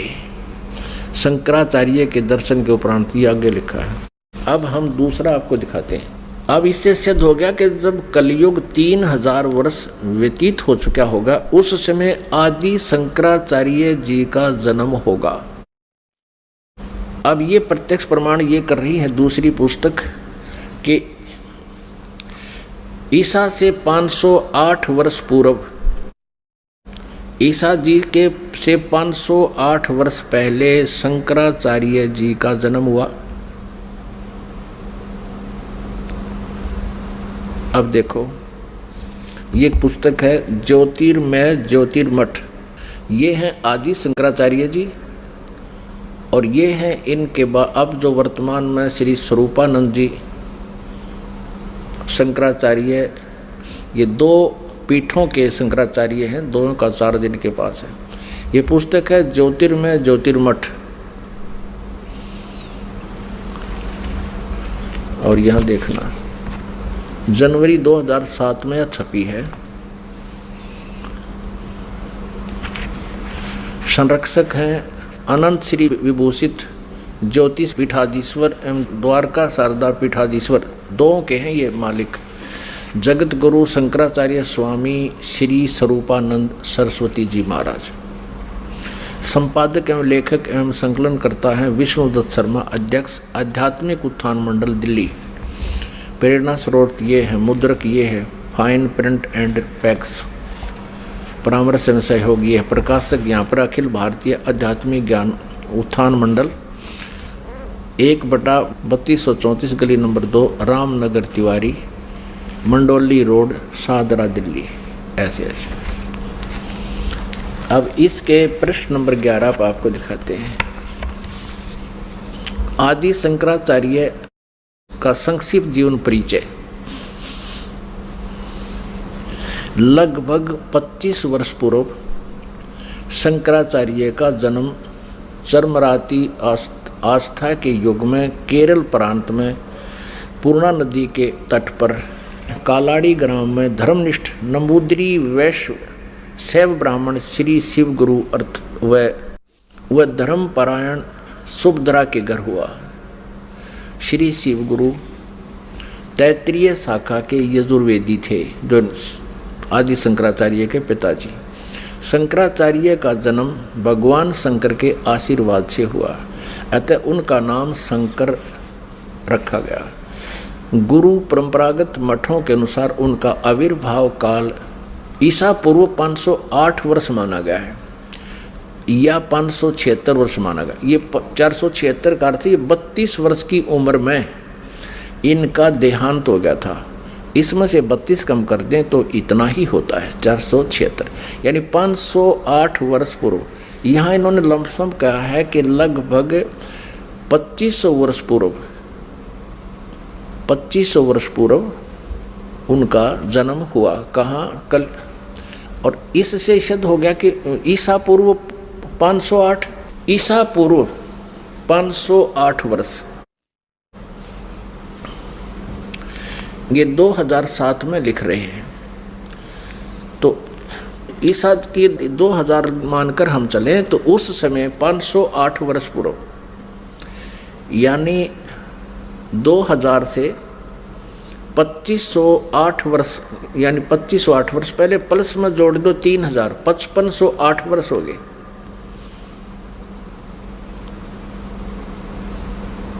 और 1994 से इस दास ने ये नामदान की आज्ञा हुई। सन 2000 में कृपा हुई, परमात्मा ने दया बख्शी, इन सदग्रंथों को देखा। 2000 के बाद इन सदग्रंथों को, जो अपने सदग्रंथ हैं, इनको देख करके इस दास ने एक पुस्तक की रचना की, परिभाषा प्रभु की, फिर परमेश्वर का सार संदेश और गहरी नज़र गीता में, यानी गीता जी का यथार्थ अनुवाद किया। तो परमात्मा ने कहा था कि जब कलयुग के 5505 वर्ष बीत जाएंगे, उस समय मेरी ये आज की कही हुई बातें सच्ची होंगी। धर्मदास, क्या कही थी परमात्मा ने कि ब्रह्मा विष्णु महेश नासवान हैं, इनकी जन्म मृत्यु होती है। ब्रह्मा विष्णु महेश जी के पिता ज्योति निरंजन क्षर पुरुष ये काल हैं, और माता इनकी या देवी दुर्गा है। लेकिन उस समय किसी ने नहीं माना था। 600 वर्ष पहले सन 1398 से सन 1518 तक परमात्मा 120 वर्ष तक यही ज्ञान देते रहे। लेकिन इन नकली गुरुओं ने, इन हट्ठी आचार्यों ने इस परमात्मा के ज्ञान को हम तक पहुंचने नहीं दिया। परमात्मा कबीर जी कहा करते, ये दुनिया अजब दीवानी, मेरी कही एक ना मानी। देखिए से दीवाने हो रहे हैं नकली गुरुओं के ऊपर, इनकी दंत कथाओं को सच्ची मान रहे हैं, और हम जो सत्य बता रहे हैं उस पर विश्वास नहीं कर पा रहे। तो इसके लिए परमात्मा ने ये समय सेलेक्ट किया था कि एक समय कलयुग आएगा, उस समय सभी जनता को शिक्षित करेंगे, और जनता जब शिक्षित होंगे, श्रद्धालु शिक्षित होंगे, तब सदग्रंथों को स्वयं आँखों देखेंगे और गदगद हो जाएंगे। हमें परमात्मा चाहिए, और हम इन सभी सदग्रंथों को, पवित्र चारों वेदों को, पवित्र 18 पुराणों को, पवित्र श्रीमद् भगवत गीता जी को हम सत्य मानते रहे हैं और सत्य मानते हैं, और उनमें जो लिखा है तो आज हमने उनको स्वीकार करना चाहिए। इन लोक वेद सुनाने वाले आचार्यों गुरुओं से हमने पीछा छुटाना चाहिए। इसी में हमारी बुद्धिमत्ता है। और परमेश्वर कबीर जी कहते हैं, जान बूझ साची तजय और करे झूठ तेने, ताकि संगत है प्रभु सोपन में भी ना दे। इतने प्रमाण देखकर भी इन नकलियों से नहीं हटते हैं, सच्चाई को ग्रहण नहीं करते हैं, तो उसके विषय में कहा कि जान बूझ साची तजय और करें झूठ तेने, ताकि संगत है प्रभु सोपन में भी ना दे। फिर इसे निकम्मा तत्व कहते दूर है ठीक, जो इतना कुछ देखकर भी नहीं मान रहे हैं। इन आदि शंकराचार्यों ने भी, इन शंकराचार्यों को भी ब्रह्मा विष्णु महेश की स्थिति का नहीं पता, इनको अजर व अमर कहते हैं। तो पुण्यात्माओं, परमात्मा कबीर जी ने कहा था, एक ना भूला दो ना भूली, ये भूले सब संसारी। अब हम आगे चलते हैं कि श्री ब्रह्मा, श्री विष्णु, श्री शिव जी के अब पिताजी क्लियर करने हैं, और उन्हीं की जीवनी में अब शिव पुराण दिखाते हैं। आप ये देखिएगा, शिव पुराण संक्षिप्त शिव पुराण, सचित्र मोटा टाइप, केवल हिंदी।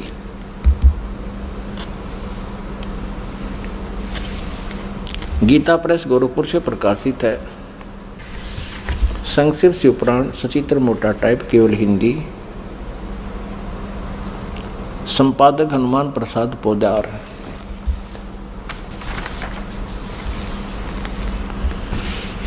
प्रकाशक मुद्रक हैं गीता प्रेस गोरखपुर, गोविंद वन कार्यालय कोलकाता का संस्थान। अब यहाँ से शुरू करते हैं। ये रुद्र संहिता 98वां पृष्ठ शुरू करेंगे हम। संक्षिप्त शिव पुराण,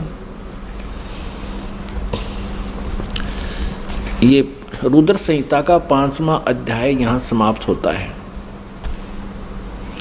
अपने पुत्र नारद की यह बात सुनकर लोक पितामह ब्रह्मा वहाँ इस प्रकार बोले। अब रुद्र संहिता का 6वां अध्याय हम पढ़ेंगे। ब्रह्मा जी ने कहा, ब्रह्मन देव शिरोमणे, तुम सदा समस्त जगत के उपकार में लगे रहते हो। तुमने लोगों के हित के कामना से ये बहुत उत्तम बात पूछी है। जिसमें समस्त चराचर जगत नष्ट हो गया था, सर्वत्र केवल अंधकार ही अंधकार था। न सूर्य दिखाई देते थे, न चंद्रमा, अनन्य ग्रहों और नक्षत्रों का भी पता नहीं था। न दिन होता था न रात। अग्नि, पृथ्वी, वायु और जल की भी सत्ता नहीं थी। उसमें तत्सद ब्रह्म, इस श्रुति में जो सत्य सुना जाता है, एकमात्र वही शेष था। अब पृष्ठ 100 पे संक्षिप्त शिव पुराण रुद्र संहिता हम पढ़ रहे हैं। जिस परब्रह्म के विषय में ज्ञान और अज्ञान से पूर्ण उक्तियों द्वारा इस प्रकार विकल्प किए जाते हैं, उसने कुछ काल के बाद द्वितीय की इच्छा प्रकट की। उसके भीतर एक से अनेक होने का संकल्प उदित हुआ। तब उस निराकार परमात्मा ने अपनी लीला शक्ति से अपने लिए मूर्ति की कल्पना की। जो मूर्ति रहित परम ब्रह्म है, उसकी मूर्ति भगवान सदाशिव हैं। अर्वाचीन और प्राचीन विद्वान उन्हीं को ईश्वर कहते हैं। उस समय एकाकी रहकर स्वेच्छानुसार विहार करने वाले उन सदाशिव ने अपने विग्रह से स्वयं ही एक स्वरूप भूता शक्ति की सृष्टि की, जो उनके अपने श्री अंग से कभी अलग होने वाली नहीं थी। उस पराशक्ति को प्रधान प्रकृति, अब ध्यान करना, ये कौन है? ये दुर्गा है, जो इस काल के शरीर से निकली। उस समय एकाकी रहकर स्वेच्छानुसार विहार करने वाले सदाशिव ने, सदाशिव कौन है? ये काल है। अपने विग्रह माने शरीर से स्वयं ही एक स्वरूप भूता शक्ति की सृष्टि की, ये ब्रह्मा जी बता रहे हैं। अब परमेश्वर कबीर जी ने बताया कि काल ने दुर्गा को खा लिया था, उसके पेट से परमेश्वर कबीर जी ने इसको अलग किया था। यहाँ इनकी मिलती जुलती सी बात है, क्योंकि कबीर परमेश्वर जी ने ब्रह्मा जी को ये ज्ञान सुनाया था, और ब्रह्मा जी ने कुछ अपना अनुभव, कुछ कबीर जी का ज्ञान मिला करके इसको सिरे चढ़ाया। उस समय एकाकी रहकर स्वेच्छानुसार विहार करने वाले उन सदाशिव ने अपने विग्रह माने शरीर से स्वयं ही एक स्वरूप भूता शक्ति की सृष्टि की, जो उनके अपने श्रीअंग से कभी अलग होने वाली नहीं थी। उस पराशक्ति को प्रधान प्रकृति, गुणवती माया, बुद्धि तत्व की जननी तथा विकार रहित बताया गया है। वह शक्ति अंबिका कही गई है। उसी को प्रकृति, ये ध्यान से याद रखना कि दुर्गा को प्रकृति भी कहते हैं। सर्वेश्वरी और त्रिदेव जननी, तीनों देवताओं की माता ब्रह्मा जी, विष्णु जी, शिव जी की जननी श्री दुर्गा जी को कहते हैं। वो त्रिदेव जननी, नित्य और मूल कारण भी कहते हैं। सदा शिव द्वारा प्रकट की गई उस शक्ति के 8 भुजाएं हैं। अंडरस्टूड हो गया कि इस दुर्गा के बारे में है। नाना प्रकार के आभूषण उसके श्री अंगों की शोभा बढ़ाते हैं। वह देवी नाना प्रकार की गतियों से संपन्न है और अनेक प्रकार के अस्त्र शस्त्र धारण करती है। क्लियर। एकाकिनी होकर भी वह समय संयोग वसात, वह माया संयोग वसात अनेक हो जाती है। इसी ने 3 रूप धारण किए थे, सावित्री, लक्ष्मी और उमा, जो ब्रह्मा, विष्णु और शिव से विवाह किया था। एकाकिनी होकर भी वह माया संयोग वसात अनेक हो जाती है। वे जो सदाशिव हैं, ये सरपुरुष के बारे में जानकारी है, ब्रह्मा विष्णु महेश के पिता के विषय में। ये उन्हें परम पुरुष, ईश्वर, शिव, शंभु और महेश्वर कहते हैं। अब देखना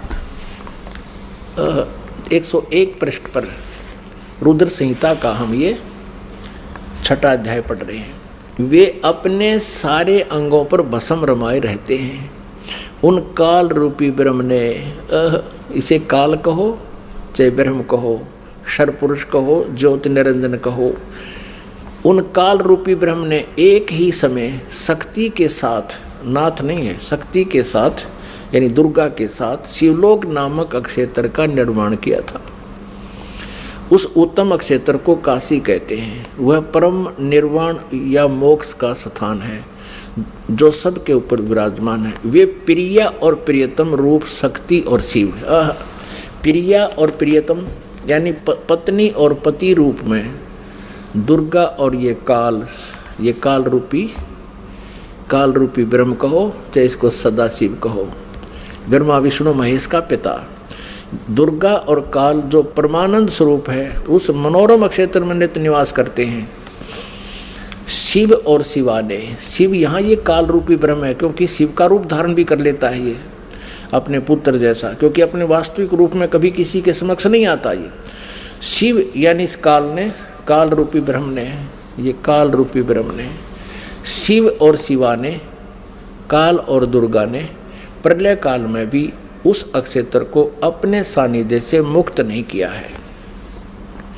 देव से ब्रह्मा जी बता रहे हैं नारद को, एक समय उस आनंद वन में रमण करते हुए शिवा और शिव के मन में, काल और दुर्गा के मन में, दुर्गा और काल के मन में, सरपुरुष के मन में यह इच्छा हुई कि किसी दूसरे पुरुष की सृष्टि करनी चाहिए, यानी कोई बच्चा उत्पन्न करना चाहिए, लड़का, जिस पर यह सृष्टि संचालन का महान भार रखकर हम दोनों केवल काशी में रहकर इच्छा अनुसार विचरें और निर्वाण धारण करें।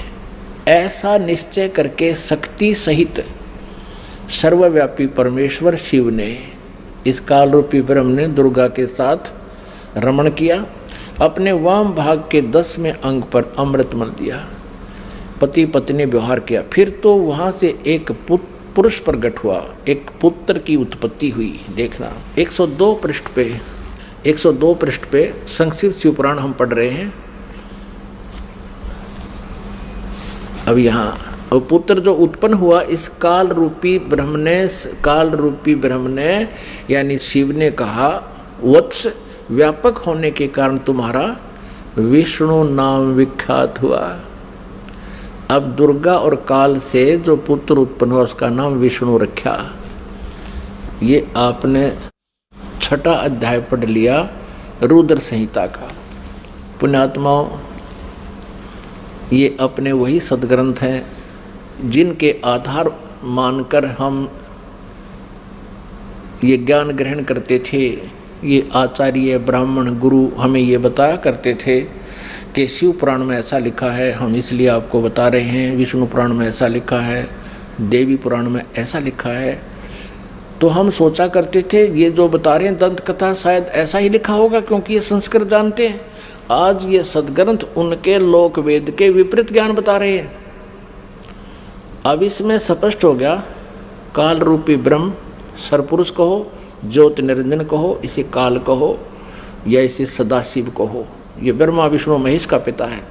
और दुर्गा कहो, प्रकृति कहो, और ये इनकी माता है। इन दोनों के संयोग से श्री विष्णु जी की उत्पत्ति हुई, ये अपनी शिव पुराण स्पष्ट कर रहे हैं। और रुद्र संहिता का 6वां अध्याय। अब आपको 7वें अध्याय में ब्रह्मा जी कहते हैं फिर मेरी उत्पत्ति भी ऐसे की, दुर्गा और काल ने दोनों ने मिलकर, ब्रह्म ने। देखिए ये रुद्र संहिता है और ये हमने 6वां अध्याय यहाँ तक पढ़ लिया। अब 7वां देखते हैं, 103 पृष्ठ पे।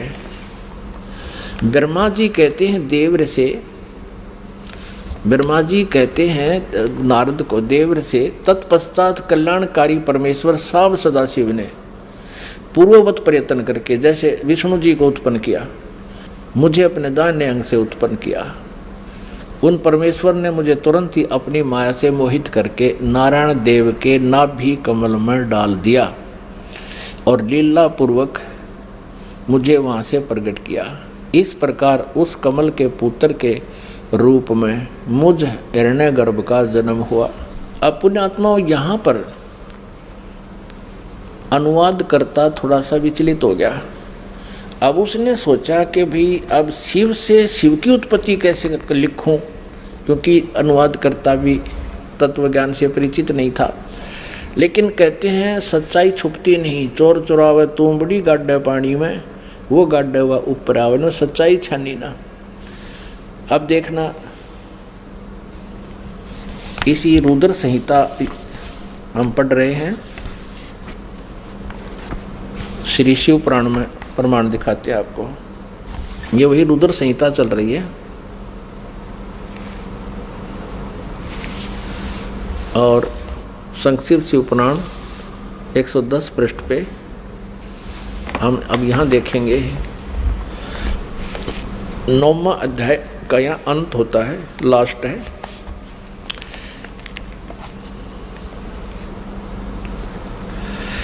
इस प्रकार ब्रह्मा विष्णु और रुद्र इन 3 देवताओं में गुण हैं।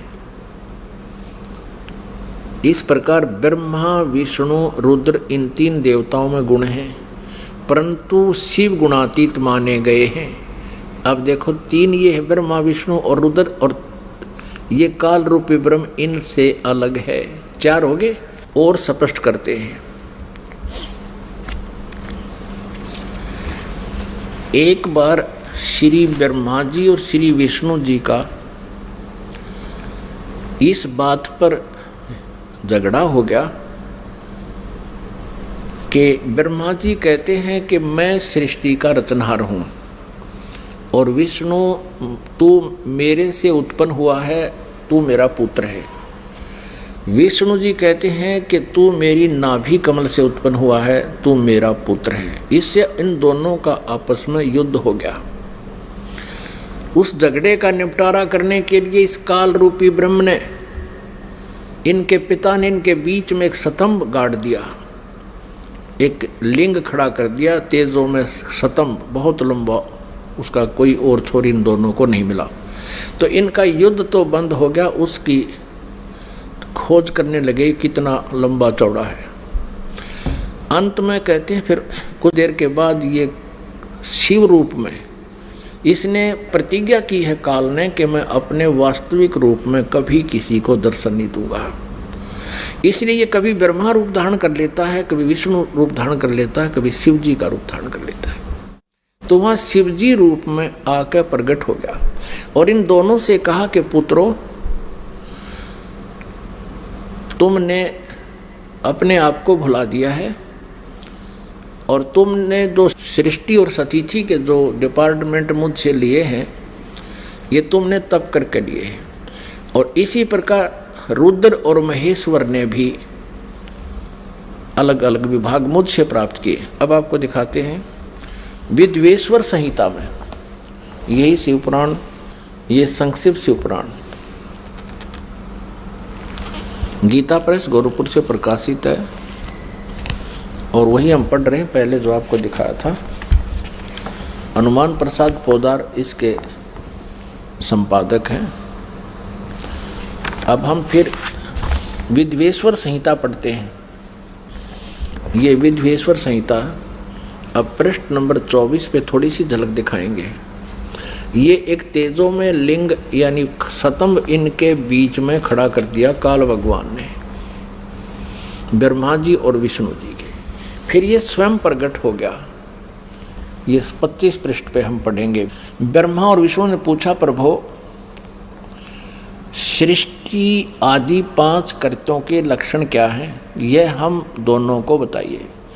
भगवान शिव बोले, ये काल रूपी ब्रह्म सदाशिव इनका पिता बोला, मेरे कर्तव्यों को समझना अत्यंत गहन है, तथापि मैं कृपा पूर्वक तुम्हें उनके विषय में बता रहा हूँ। ब्रह्मा और अच्युत, सृष्टि, पालन और संहार, तिरोभाव और अनुग्रह, ये 5 ही मेरे जगत संबंधी कार्य हैं जो नित्य सिद्ध हैं। अब 26 पृष्ठ पे, ये 25 पे पढ़ा, अब 26 पे। अब यहाँ आइएगा। पुत्रों, तुम दोनों ने तपस्या करके प्रसन्न हुए मुझ परमेश्वर से। ब्रह्मा और विष्णु को ये सदा शिव काल रूपी ब्रह्म कह रहा है, पुत्रों तुम दोनों ने तपस्या करके प्रसन्न हुए मुझ परमेश्वर से सृष्टि और स्थिति नामक 2 कृत्य प्राप्त किए हैं, यानी 2 विभाग प्राप्त किए हैं। ये दोनों तुम्हें बहुत प्रिय हैं। इस प्रकार मेरी विभूति स्वरूप, अब वहाँ शिव के रूप में खड़ा था ये काल, मेरी विभूति स्वरूप रुद्र और महेश्वर ने 2 अन्य उत्तम कृत्य, ये मैं नहीं है, ने संहार और तिरोभाव मुझसे प्राप्त किए। यहाँ देखो 2 तो ये हो गए, विष्णु और ब्रह्मा। पुत्रों, तुमने तो स्थिति, सृष्टि और स्थिति ये 2 विभाग ले रखे हैं, और इसी प्रकार मेरी विभूति स्वरूप, क्योंकि वो उस समय शिव रूप में खड़ा था, रुद्र और महेश्वर ने 2 अन्य उत्तम कृत्य संहार और तिरोभाव मुझसे प्राप्त किए हैं। ये 4 हो गए ये, और 5वां ये बोल रहा है शिव। आगे देखो, ये स्पष्ट ये काल बोल रहा है, ब्रह्म बोल रहा है, सरपुरुष बोल रहा है। यहाँ से आइएगा, इसी के यानी 26 पृष्ठ पे हम पढ़ रहे हैं विद्वेश्वर संहिता का।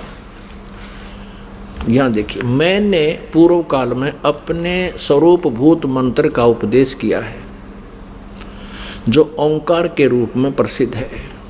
वह मंगलकारी मंत्र है। सबसे पहले मेरे मुख से ओंकार यानी ओम प्रकट हुआ, जो मेरे स्वरूप का बोध कराने वाला है। ओंकार वाचक है, मैं वाच्य हूँ।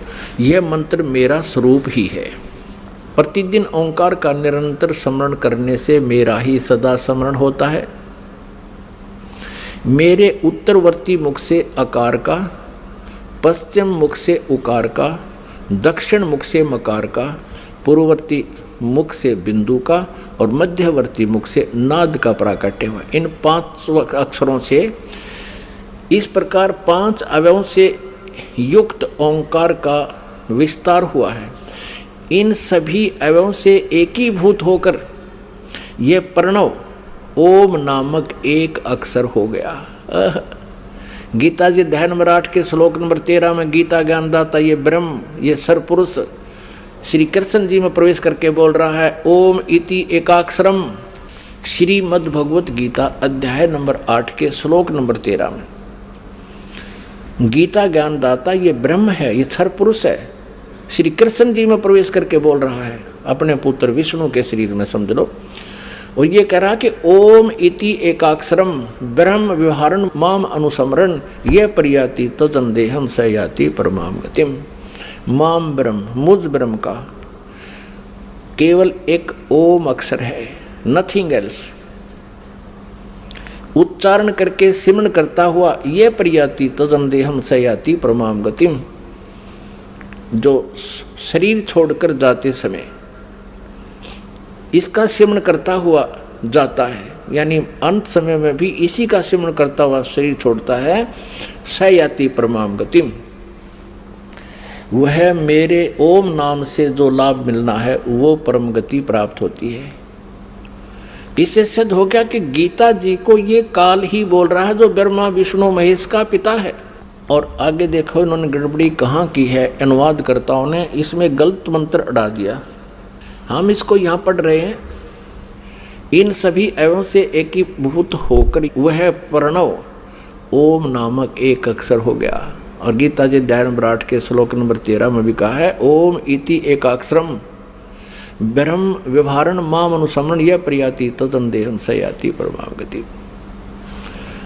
अब देखो इन्होंने यहाँ गड़बड़ कर दिया है कि इन्होंने ओम नमः शिवाय यह 5 अक्षर मंत्र बता दिया। ये गलत है, ये बिल्कुल गलत है। यहाँ लिखा है कि इन सभी एवं से एकीभूत होकर यह वह प्रणव ओम नाम एक अक्षर हो गया। ये गलत है, ओम नमः शिवाय ये मंत्र गलत है। ये शास्त्र विधि त्याग कर मनमाना आचरण है, ये नहीं करना चाहिए अपने। पुण्यात्मा, आज से 600 वर्ष पहले परमात्मा ने लगभग 600 वर्ष पहले यही अमृत ज्ञान अपनी अमृत वाणी में सच्चिदानंद घन ब्रह्म की वाणी में कहा था। श्रीमद् भगवद गीता अध्याय नंबर 4 के श्लोक 25 से लेकर 31 तक जो भी साधनाएं जिन साधकों ने की हैं, किसी ने देवताओं की पूजा की और कोई स्वाध्याय ही करता है, कोई प्राणायाम आदि करता है और कोई तीक्ष्ण अहिंसावादी व्रत करके ही अपनी साधना करता, जैसे मुंह पर पट्टी बांध कर नंगे पैरों घूमता है। कोई स्वाध्याय करता है, गीता जी का नित्य पाठ करता है, कोई वेदों के पाठ करता है, कोई किसी प्रकार की। कहते सभी साधक अपनी अपनी साधनाओं को पाप नाशक जानने वाले हैं।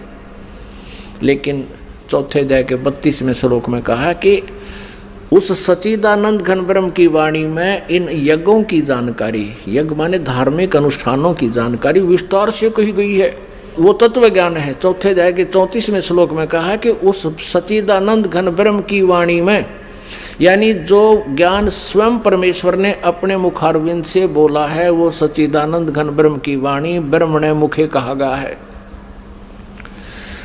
वो तत्व ज्ञान है। चौथे अध्याय के 34वें श्लोक में कहा कि उस तत्व ज्ञान को तू तत्वदर्शी संतों के पास जाकर समझ। गीता ज्ञानदाता कहता मुझे पता नहीं। अब देखिए श्रीमद् भगवद गीता, गीता प्रेस गोरखपुर से प्रकाशित है। जयदयाल गोविंद का इसके अनुवादक हैं। अभी आपको दिखाते हैं चौथे अध्याय का 32वां श्लोक। अब हम पहले थोड़ा सा चौथे अध्याय का 25 से शुरू करेंगे, अच्छा समझ में आएगा। ये देखिएगा, अध्याय नंबर 4 श्रीमद् भगवद गीता। इस 25 में कहा है कि दूसरे योगीजन देवताओं के पूजन रूपी यज्ञ का भली भांति अनुष्ठान करते हैं। प्रउपास्ते माने पूजते हैं। इसका अर्थ है कि कुछ योगी साधक देवताओं की पूजा, यज्ञ माने धार्मिक अनुष्ठान करते हैं, ये पूजा करते हैं प्रउपास्ते। और अन्य दूसरे ब्रह्म अग्नौ यानी ब्रह्म की साधना करते हैं। ब्रह्म ये अपने हिसाब से लिख रहे हैं और यज्ञ के द्वारा ही आत्म स्वरूप का हवन किया करते हैं। 26 में कहा है अन्य साधक, योगी जन मन साधक, श्रोत्र आदि समस्त इंद्रियों को संयम रूप अग्नि में हवन किया करते हैं, यानी ज्ञान इंद्रियों को ही ये रोकने की चेष्टा करते हैं। दूसरे एक शब्द आदि पर, ये 26वें श्लोक में चौथे अध्याय के, समस्त विषयों को इंद्रिय रूप अग्नि में हवन किया करते हैं। 27 में और दूसरे योगीजन इंद्रियों की संपूर्ण क्रियाओं को और प्राणों की समस्त क्रियाओं को ज्ञान से प्रकाशित स्वयं योग रूप अग्नि में हवन किया करते हैं। यानी कुछ इसमें यह कहा कि कुछ लोग अपने श्वासों की क्रियाओं को आते जाते देखते रहते हैं, इसी को अपनी साधना मानते हैं, ध्यान रखते हैं उसके ऊपर। 28 में कहा है कि कई पुरुष धर्म संबंधी यज्ञ करने वाले भंडारे कर दिए कि धर्मशाला बनवा दी, और कुछ तपस्या करते रहते हैं और दूसरे योग रूप यज्ञ करने वाले या केवल आसन, योगासन, योगा करते रहते हैं। इसी को अपना मोक्ष मानते हैं। ये 28 पढ़ रहे हैं हम, 28। और दूसरे कितने ही आचार्य ना कितने ही अहिंसावादी तीक्ष्ण व्रतों से युक्त यत्नशील पुरुष स्वाध्याय रूप ज्ञान यज्ञ करने वाले हैं, यानी स्वाध्याय करते हैं। गीता जी का पाठ कर लिया, वेदों का। 29 में कहा है दूसरे कितने ही साधक योगी जन अपान वायु में प्राण वायु को, यानी प्राणायाम की क्रियाओं को हवन करते हैं और प्राण वायु को अपान वायु में, और कितने ही नियमित आहार अल्पाहारी रहते हैं। प्राणायाम प्राण पुरुष और प्राण और अपान की गति को रोककर प्राणों को प्राणों में ही हवन किया करते हैं। वे सभी साधक यज्ञों के द्वारा पापों का नाश कर देने वाले यज्ञों को जानने वाले हैं। अपने आत्माओं, इन गीता अध्याय नंबर 4 के श्लोक 25 से लेकर 30 तक आपने पढ़ लिया। इसका कहने का भाव ये है यहाँ पर कि कोई ऐसी साधना करता है और सभी साधक अपने साधनाओं को पाप नाशक जानते हैं। यदि वो ये समझें कि साधना ठीक नहीं है, पता लग जाए तो कोई ना करे इनको। तो अब बताया है कि चौथे अध्याय के 31वें श्लोक में कहा है कि जो साधना नहीं करते, भक्ति करते ही नहीं, उनको ना यहाँ सुख ना परलोक में सुख। अब चौथे अध्याय के 32वें श्लोक में कहा है कि जिन साधनाओं का वर्णन यज्ञों का 25 से लेकर और 30 तक किया है, इस प्रकार की अनेक प्रकार की विस्तार के साथ यज्ञों की जानकारी, यज्ञ माने धार्मिक अनुष्ठानों की जानकारी सच्चिदानंद घन ब्रह्म की वाणी में विस्तार से कही गई है, ब्रह्मणे मुखे। अब यहाँ अनुवादकर्ताओं ने चौथे अध्याय के 32वें श्लोक में गड़बड़ी कर दी अज्ञानता के कारण। उन्होंने ब्रह्मणे मुखे का अर्थ लिख दिया ब्रह्म की वाणी। लिखना था सच्चिदानंद घन ब्रह्म की वाणी में, यानी जो वेदों से अन्य है, क्योंकि श्रीमद् भगवत गीता का ज्ञान वेदों वाला ही है और इसमें 2 प्रकार का ज्ञान है। एक तो इस ब्रह्मक्षर पुरुष का अपना मत है और एक वेदों का ज्ञान है। जो वेदों वाला ज्ञान है वो वेदों से तुलना होता है तो वो सही है, और जो युद्ध करवाने के लिए इसने कुछ अटकलबाजी करके बताया कि ये मेरा मत है, ऐसी साधना जो कुछ भी इसने ज्ञान दिया है, तो वो मत, इसका भी मत अल्पज है ये भी, क्योंकि स्वयं कहता है कि उस तत्व ज्ञान को तत्वदर्शी संतों के पास जाकर समझ। इसको कंप्लीट नॉलेज नहीं है आध्यात्मिक ज्ञान का, गीता ज्ञान दाता को भी कंप्लीट नॉलेज नहीं है, इससे सिद्ध है। अब देखिएगा चौथे अध्याय का 31 और 32 श्लोक, श्रीमद् भगवत गीता चौथे अध्याय का। अब 30 तक हमने पढ़ लिया, 31 में सिर्फ इतना कहा है कि हे कुरुश्रेष्ठ अर्जुन, यज्ञ से बचे हुए अमृत का अनुभव करने वाले योगी जन, यानी शास्त्र अनुकूल साधना करने वाले सनातनम ब्रह्म यान्ति, गीता ज्ञान दाता से कोई अन्य है, वो सनातन ब्रह्म अविनाशी परमात्मा को प्राप्त होते हैं। यज्ञ न करने वाले पुरुष के लिए तो यह मनुष्य लोक भी सुखदायक नहीं है, तो फिर परलोक कैसे सुखदायक हो सकता है। अब 32 में चौथे अध्याय के अब 32वें श्लोक में इन्होंने यहाँ गड़बड़ कर दी, एवं बहुविधा यज्ञा वितता ब्रह्मणे मुखे। इन्होंने इस ब्रह्मणे मुखे का अर्थ यहाँ गलत कर दिया, और इस प्रकार और भी बहुत तरह के यज्ञ माने धार्मिक अनुष्ठानों की जानकारी, ब्रह्मणे मुखे का अर्थ कर दिया वेद की वाणी, ये गलत कर दिया। यहाँ भी चल गए ये। अब देखो ब्रह्मणे का अर्थ हम देखते हैं इन्हीं के द्वारा 17वें अध्याय के 23वें श्लोक में। अपनात्मा ये देखिएगा, ये अध्याय नंबर, ये 17वां अध्याय है, अध्याय नंबर 17 और 23वें श्लोक में श्रीमद् भगवद गीता में ओम तत् सत इति निर्देश है ब्रह्मणे तिर्विध है समर्थ है। अब यहाँ ओम ओम तत् तत् सत सत इति माने ऐसे यह है, तिर्विध है 3 प्रकार का, ब्रह्मणे माने सच्चिदानंद घन ब्रह्म का नाम कहा है। ब्रह्मणे माने सच्चिदानंद घन ब्रह्म यानी परम अक्षर ब्रह्म पूर्ण परमात्मा सच्चिदानंद घन ब्रह्म। अब हम फिर आते हैं चौथे अध्याय के 32वें श्लोक पर। चौथे अध्याय का ये 32वां श्लोक। अब हम इसका अनुवाद को यहाँ ऐसे रखेंगे, इस प्रकार और भी बहुत तरह के यज्ञ सच्चिदानंद घन ब्रह्म की वाणी में, बस सीधा सा अर्थ हो गया, विस्तार से कहे गए हैं। ये कहे वेद की वाणी में, वेद का ज्ञान तो गीता में, यो गीता ज्ञानदाता दे ही रहा है, विस्तार से कहे गए हैं।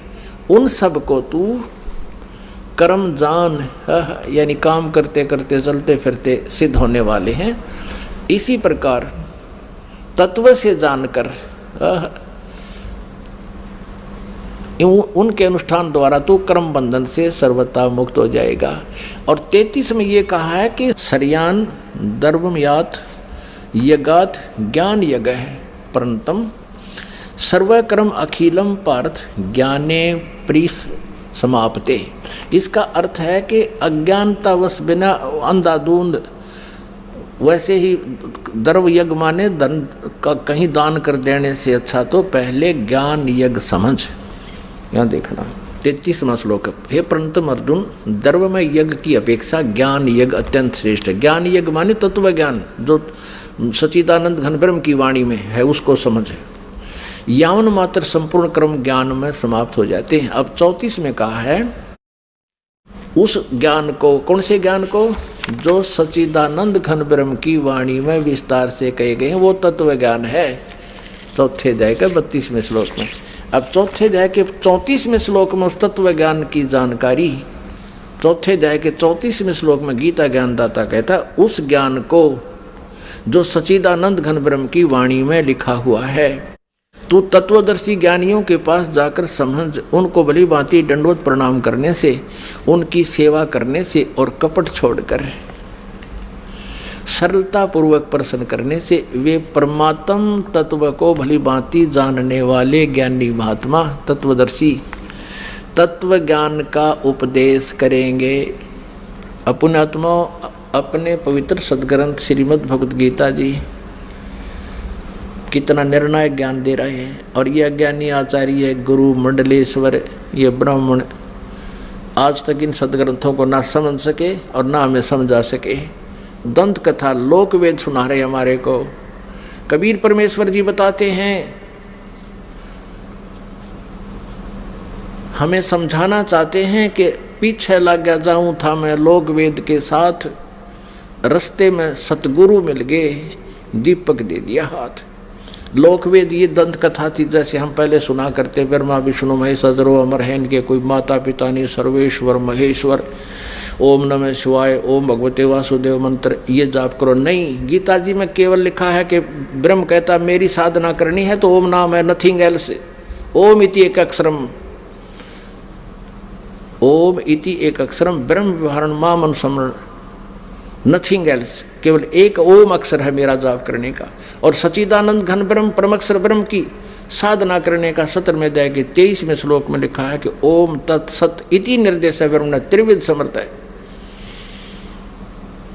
उस सच्चिदानंद घन ब्रह्म की साधना करनी है तो तत्वदर्शी संत बतावेंगे, उसके पास वो कोड वर्ड है। ओम तो ब्रह्म का जाप है, और तत् ये अक्षर पुरुष का, जैसे सृष्टि रचना में आपको बताया था कि अचिंत के वचन से अक्षर पुरुष की उत्पत्ति हुई थी, और स्वयं ये परम अक्षर ब्रह्म ओवरऑल कंट्रोलर सबका मालिक कबीर देव है, कबीर साहब, उसका सत मंत्र है। ये 3 मंत्र है, ओम तत्सत। ओम ब्रह्म सरपुरुष का, सरब्रह्म का, और ये अक्षर पुरुष का सांकेतिक है, और सत ये परम अक्षर पुरुष सच्चिदानंद घन ब्रह्म का मंत्र है जाप करने का। इन तीनों की इकट्ठी साधना करनी होती है, और इससे उस परम पिता परमात्मा की प्राप्ति होती है, परम अक्षर ब्रह्म की। ये तत् और सत सांकेतिक शब्द हैं, ये दास बता सकता है। इस पृथ्वी पर किसी के पास ही मंत्र नहीं है। और इस दास से मंत्र प्राप्त करके यदि कोई स्वयं ही स्वयंभू गुरु बनता है तो वो आपका शत्रु है, वो नकली डुप्लीकेट यानी डुप्लीकेट लाइसेंस अर्थात पासपोर्ट बना रहा है, आप भी अपराधी और आपको भी दोषी बना रहा है। अब वो सच्चिदानंद घन ब्रह्म की वाणी में ओए होए आज से 600 वर्ष पहले लिखा था वो दिखाते हैं कबीर सागर में। ये देखिएगा वो सच्चिदानंद घन ब्रह्म की वाणी, कबीर वाणी, ये कबीर सागर है। ये देखो कितना मोटा, कितना इसमें विस्तार से लिखा गया है। और ये कबीर सागर है, इसके 11 भाग हैं। खेमराज श्री कृष्णदास प्रकाशन बंबई से ये प्रकाशित है। कबीर सागर, ज्ञान सागर, कबीर पंथी भारत पथिक स्वामी युगलानंद विहारी द्वारा परिष्कृत। ये कबीर पंथियों ने ठीक रखा है इसको। मुद्रक एवं प्रकाशक हैं खेमराज श्री कृष्णदास, अध्यक्ष श्री वेंकटेश्वर प्रेस, खेमराज श्री कृष्णदास मार्ग बंबई। अब इसमें दिखाते हैं आपको। अब देखिएगा पृष्ठ नंबर, ये है ज्ञान बोध, कबीर सागर में ज्ञान बोध 20 पृष्ठ पर ज्ञान बोध, और इधर है बोध सागर, ज्ञान बोध में बोध सागर में ये 21 पृष्ठ पे है। परमात्मा कबीर साहब ने अपने प्यारी आत्मा धर्मदास को बताया, धर्मदास ये जग बोराना, कोई न जाने पद निर्वाण। निर्वाण पद माने मोक्ष मार्ग। धर्मदास ये जग बोराना, कोई न जाने पद निर्वाण। यही कारण मैं कथा पसारा, जग से कहिए वो राम नियारा। ये नाम गलती से लिखा है, मिसप्रिंट है। यही ज्ञान जग जीव सुनावो, सब जीवों का भरम नसाओ। अब मैं तुमसे कहूँ चिताई, त्रिदेवन की उत्पत्ति भाई। तीनों देवता ब्रह्मा विष्णु महेश की जन्म बताता हूँ कैसे हुआ। कुछ संक्षेप कहूँ गहुराई, सब संशय तुमरे मिट जाई। भरम गए जग वेद पुराणा, आदि राम का भेद न जाना। ये राम है। राम राम सब जगत बखाने, आदि राम कोई बिरला जाने। ये कबीर पंथियों भी विचलित थे, इन्होंने भी नहीं समझा परमात्मा को, यहाँ कुछ मिसप्रिंट कर दिया, अपनी सूझबूझ से गड़बड़ी कर दी। उसके लिए गरीबदास साहिब जी को परमात्मा ने वो ज्ञान देकर ये इसको सुचारू करवाया है। यहाँ से स्पष्ट है कि राम राम सब जगत कहे, आदि रामन सनातन परमात्मा सच्चिदानंद घन ब्रह्म को कहते, कोई बिरला जाने। राम राम सब जगत बखाने, आदि राम कोई बिरला जाने। ज्ञानी सुने सो हृदय लगाई, मूर्ख सुने तो गम ना पाई। क्या बताते हैं कि मैं बताने जा रहा हूँ, ब्रह्मा विष्णु महेश के माता पिता बुद्धिमान होंगे, वो समझ जाएंगे प्रमाणों को देखकर, और मूर्ख मान्या ना करते, उनकी तो आदत होती है बकवाद करने की। माँ अष्टंगी पिता निरंजन, ये जम दारुण वंशन अंजन। पहले कीन निरंजन राई, पीछे से माया उपजाई। माया रूप देख अति शोभा, देव निरंजन तन मन लोभा।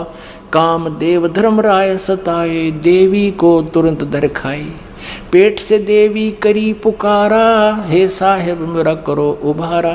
पेट से देवी करी पुकारी, साहेब मोहे करो उभारी। टेर सुनी सतगुरता आए, अष्टंगी के बंद छुड़वाए। यहाँ वास्तविकता यह है कि टेर सुनी तहाँ हम आए, परमात्मा कहते हैं अष्टंगी के बंद छुड़वाए। अब 22 पृष्ठ पे ज्ञान बोध कबीर सागर। धर्मराय को हिकमत कीना, नखरेखा से भग कर लीना। अब कहते हैं उस काल ने उस दुर्गा के प्रजनन इंद्री स्वयं ही लगाई।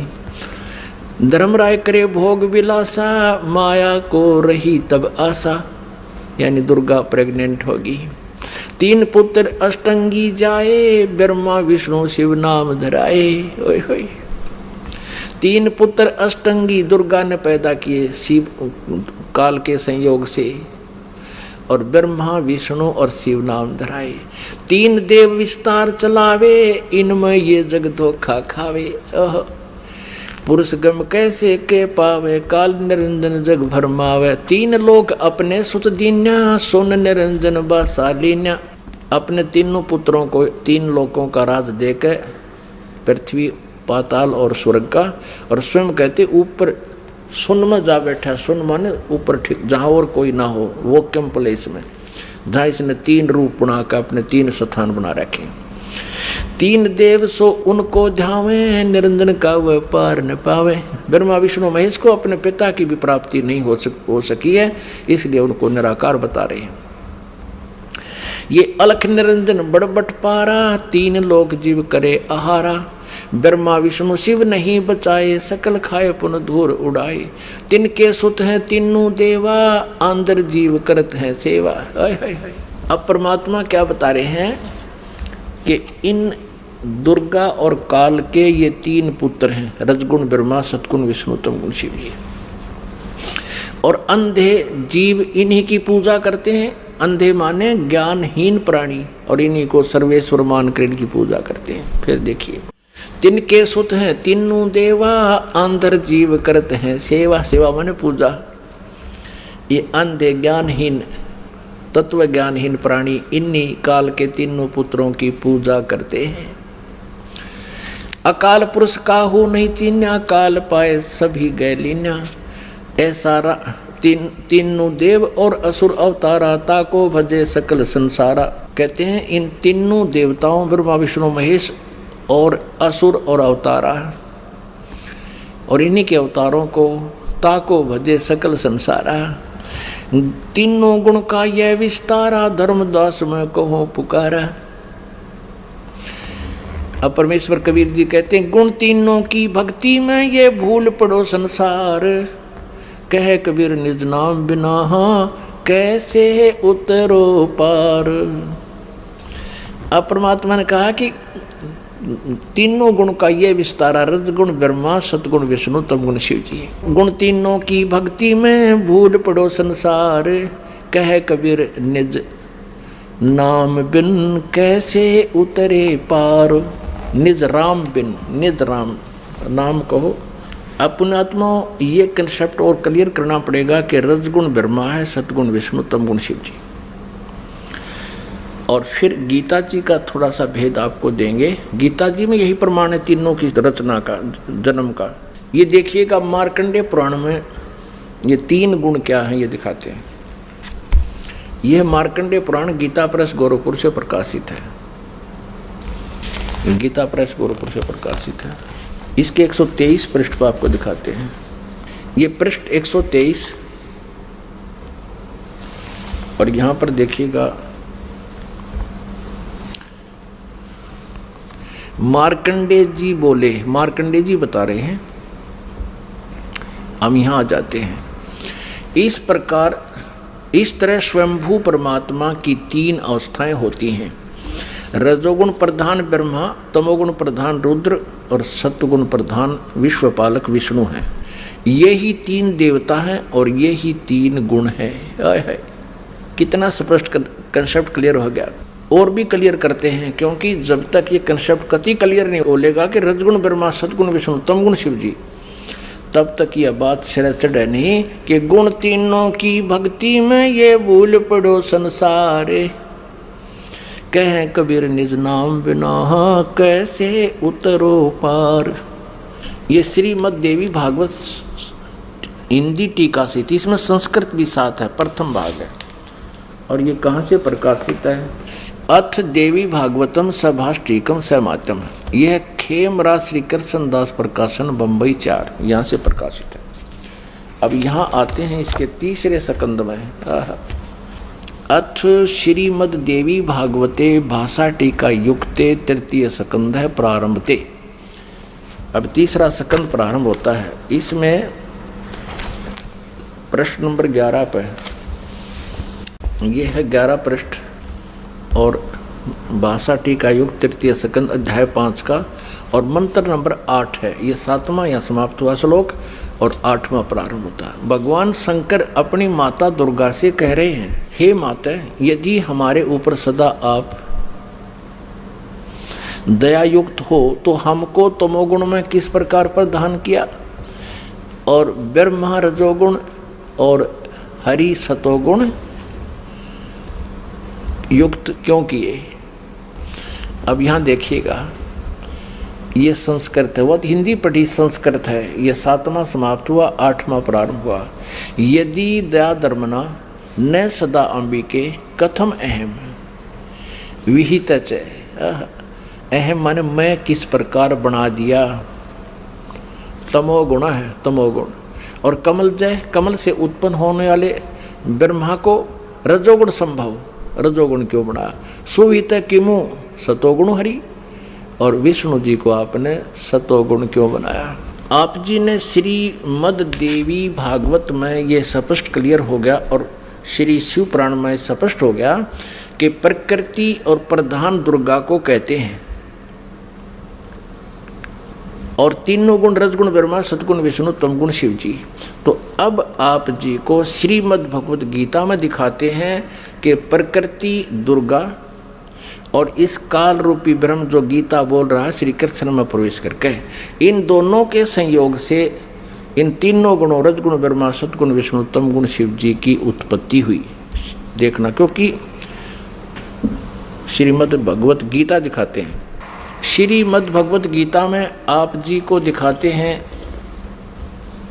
ये 14वें अध्याय का, ये देखिएगा अध्याय 14 का 3, 4, 5 या 3। हे अर्जुन, मेरी महत ब्रह्म रूप मूल प्रकृति, प्रकृति दुर्गा सभी प्राणी भूतों यानी प्राणियों की योनि अर्थात गर्भाधान स्थान है। मैं उस योनि में चेतन समुदाय रूप गर्भ को स्थापन करता हूँ। उस जड़ चेतन के तत्व मन उसके संयोग से सब प्राणियों की उत्पत्ति होती है, भूतों की उत्पत्ति होती है। 4 में, हे अर्जुन, नाना प्रकार की सब योनियों में यानी शरीरों में जितनी मूर्तियां अर्थात शरीरधारी प्राणी उत्पन्न होते हैं, प्रकृति तो उनकी गर्भ धारण करने वाली माता है, उन सब की दुर्गा। दुर्गा तो उनकी माता है, मैं बीज स्थापन करने वाला पिता हूँ।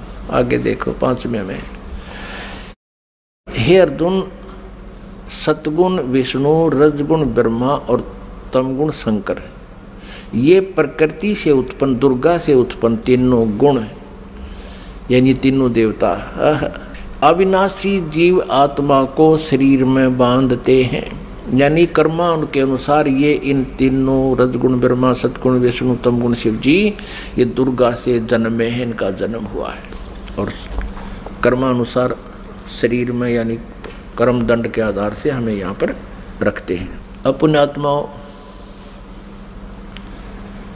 परमात्मा कहा करते थे कि मेरी बात कहते हैं या दुनिया अजब दीवानी, मेरी कही एक ना मानी। क्या कहा करते परमात्मा, निरंजन धन तेरा दरबार, निरंजन धन तेरा दरबार, जहाँ पर तनिक ना न्याय विचार। कबीर परमेश्वर पूर्ण ब्रह्म परम पूज्य कबीर परमेश्वर जी 600 वर्ष पहले कहा करते रहे, काल तेरा नाश जाइयो, तने कैसा जुल्म कर रखा है। इस ज्योति निरंजन को कहा करते थे कि इस तेरे लोक में कितना तिनक भी न्याय नहीं है, तूने सबको भ्रमित कर रखा है, सबको झूठ कपट के आधार से रोक रखा है, और इन झूठे गुरुओं से झूठा ज्ञान तूने जनता के अंतःकरण में बरवा दिया। और ये भोली जनता इन झूठों को सच्चा मानते हैं और मेरी नहीं मानते।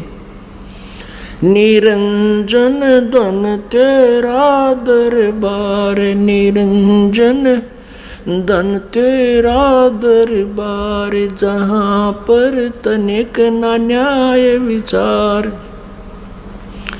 वैसा ओढ़े मुल मुल खासा गल मोतियों के आर। वैसा ओढ़े मुल मुल खासा गल मोतियों के हार। पति भरता को मिले न खादी ये सूखा निरस आहार। निरंजन धन तेरा दरबार निरंजन धन तेरा दरबार जहाँ पर तनिक न न्याय विचार। पाखंडियों की पूजा जग में संत को कहें लबाड़े। पाखंडी की पूजा जग में संत को कहें लबाड़।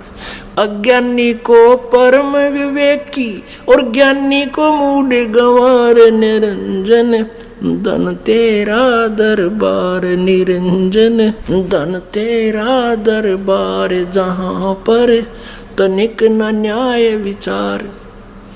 कह कबीर सुनो भई साधो या सब उल्टा व्यवहार।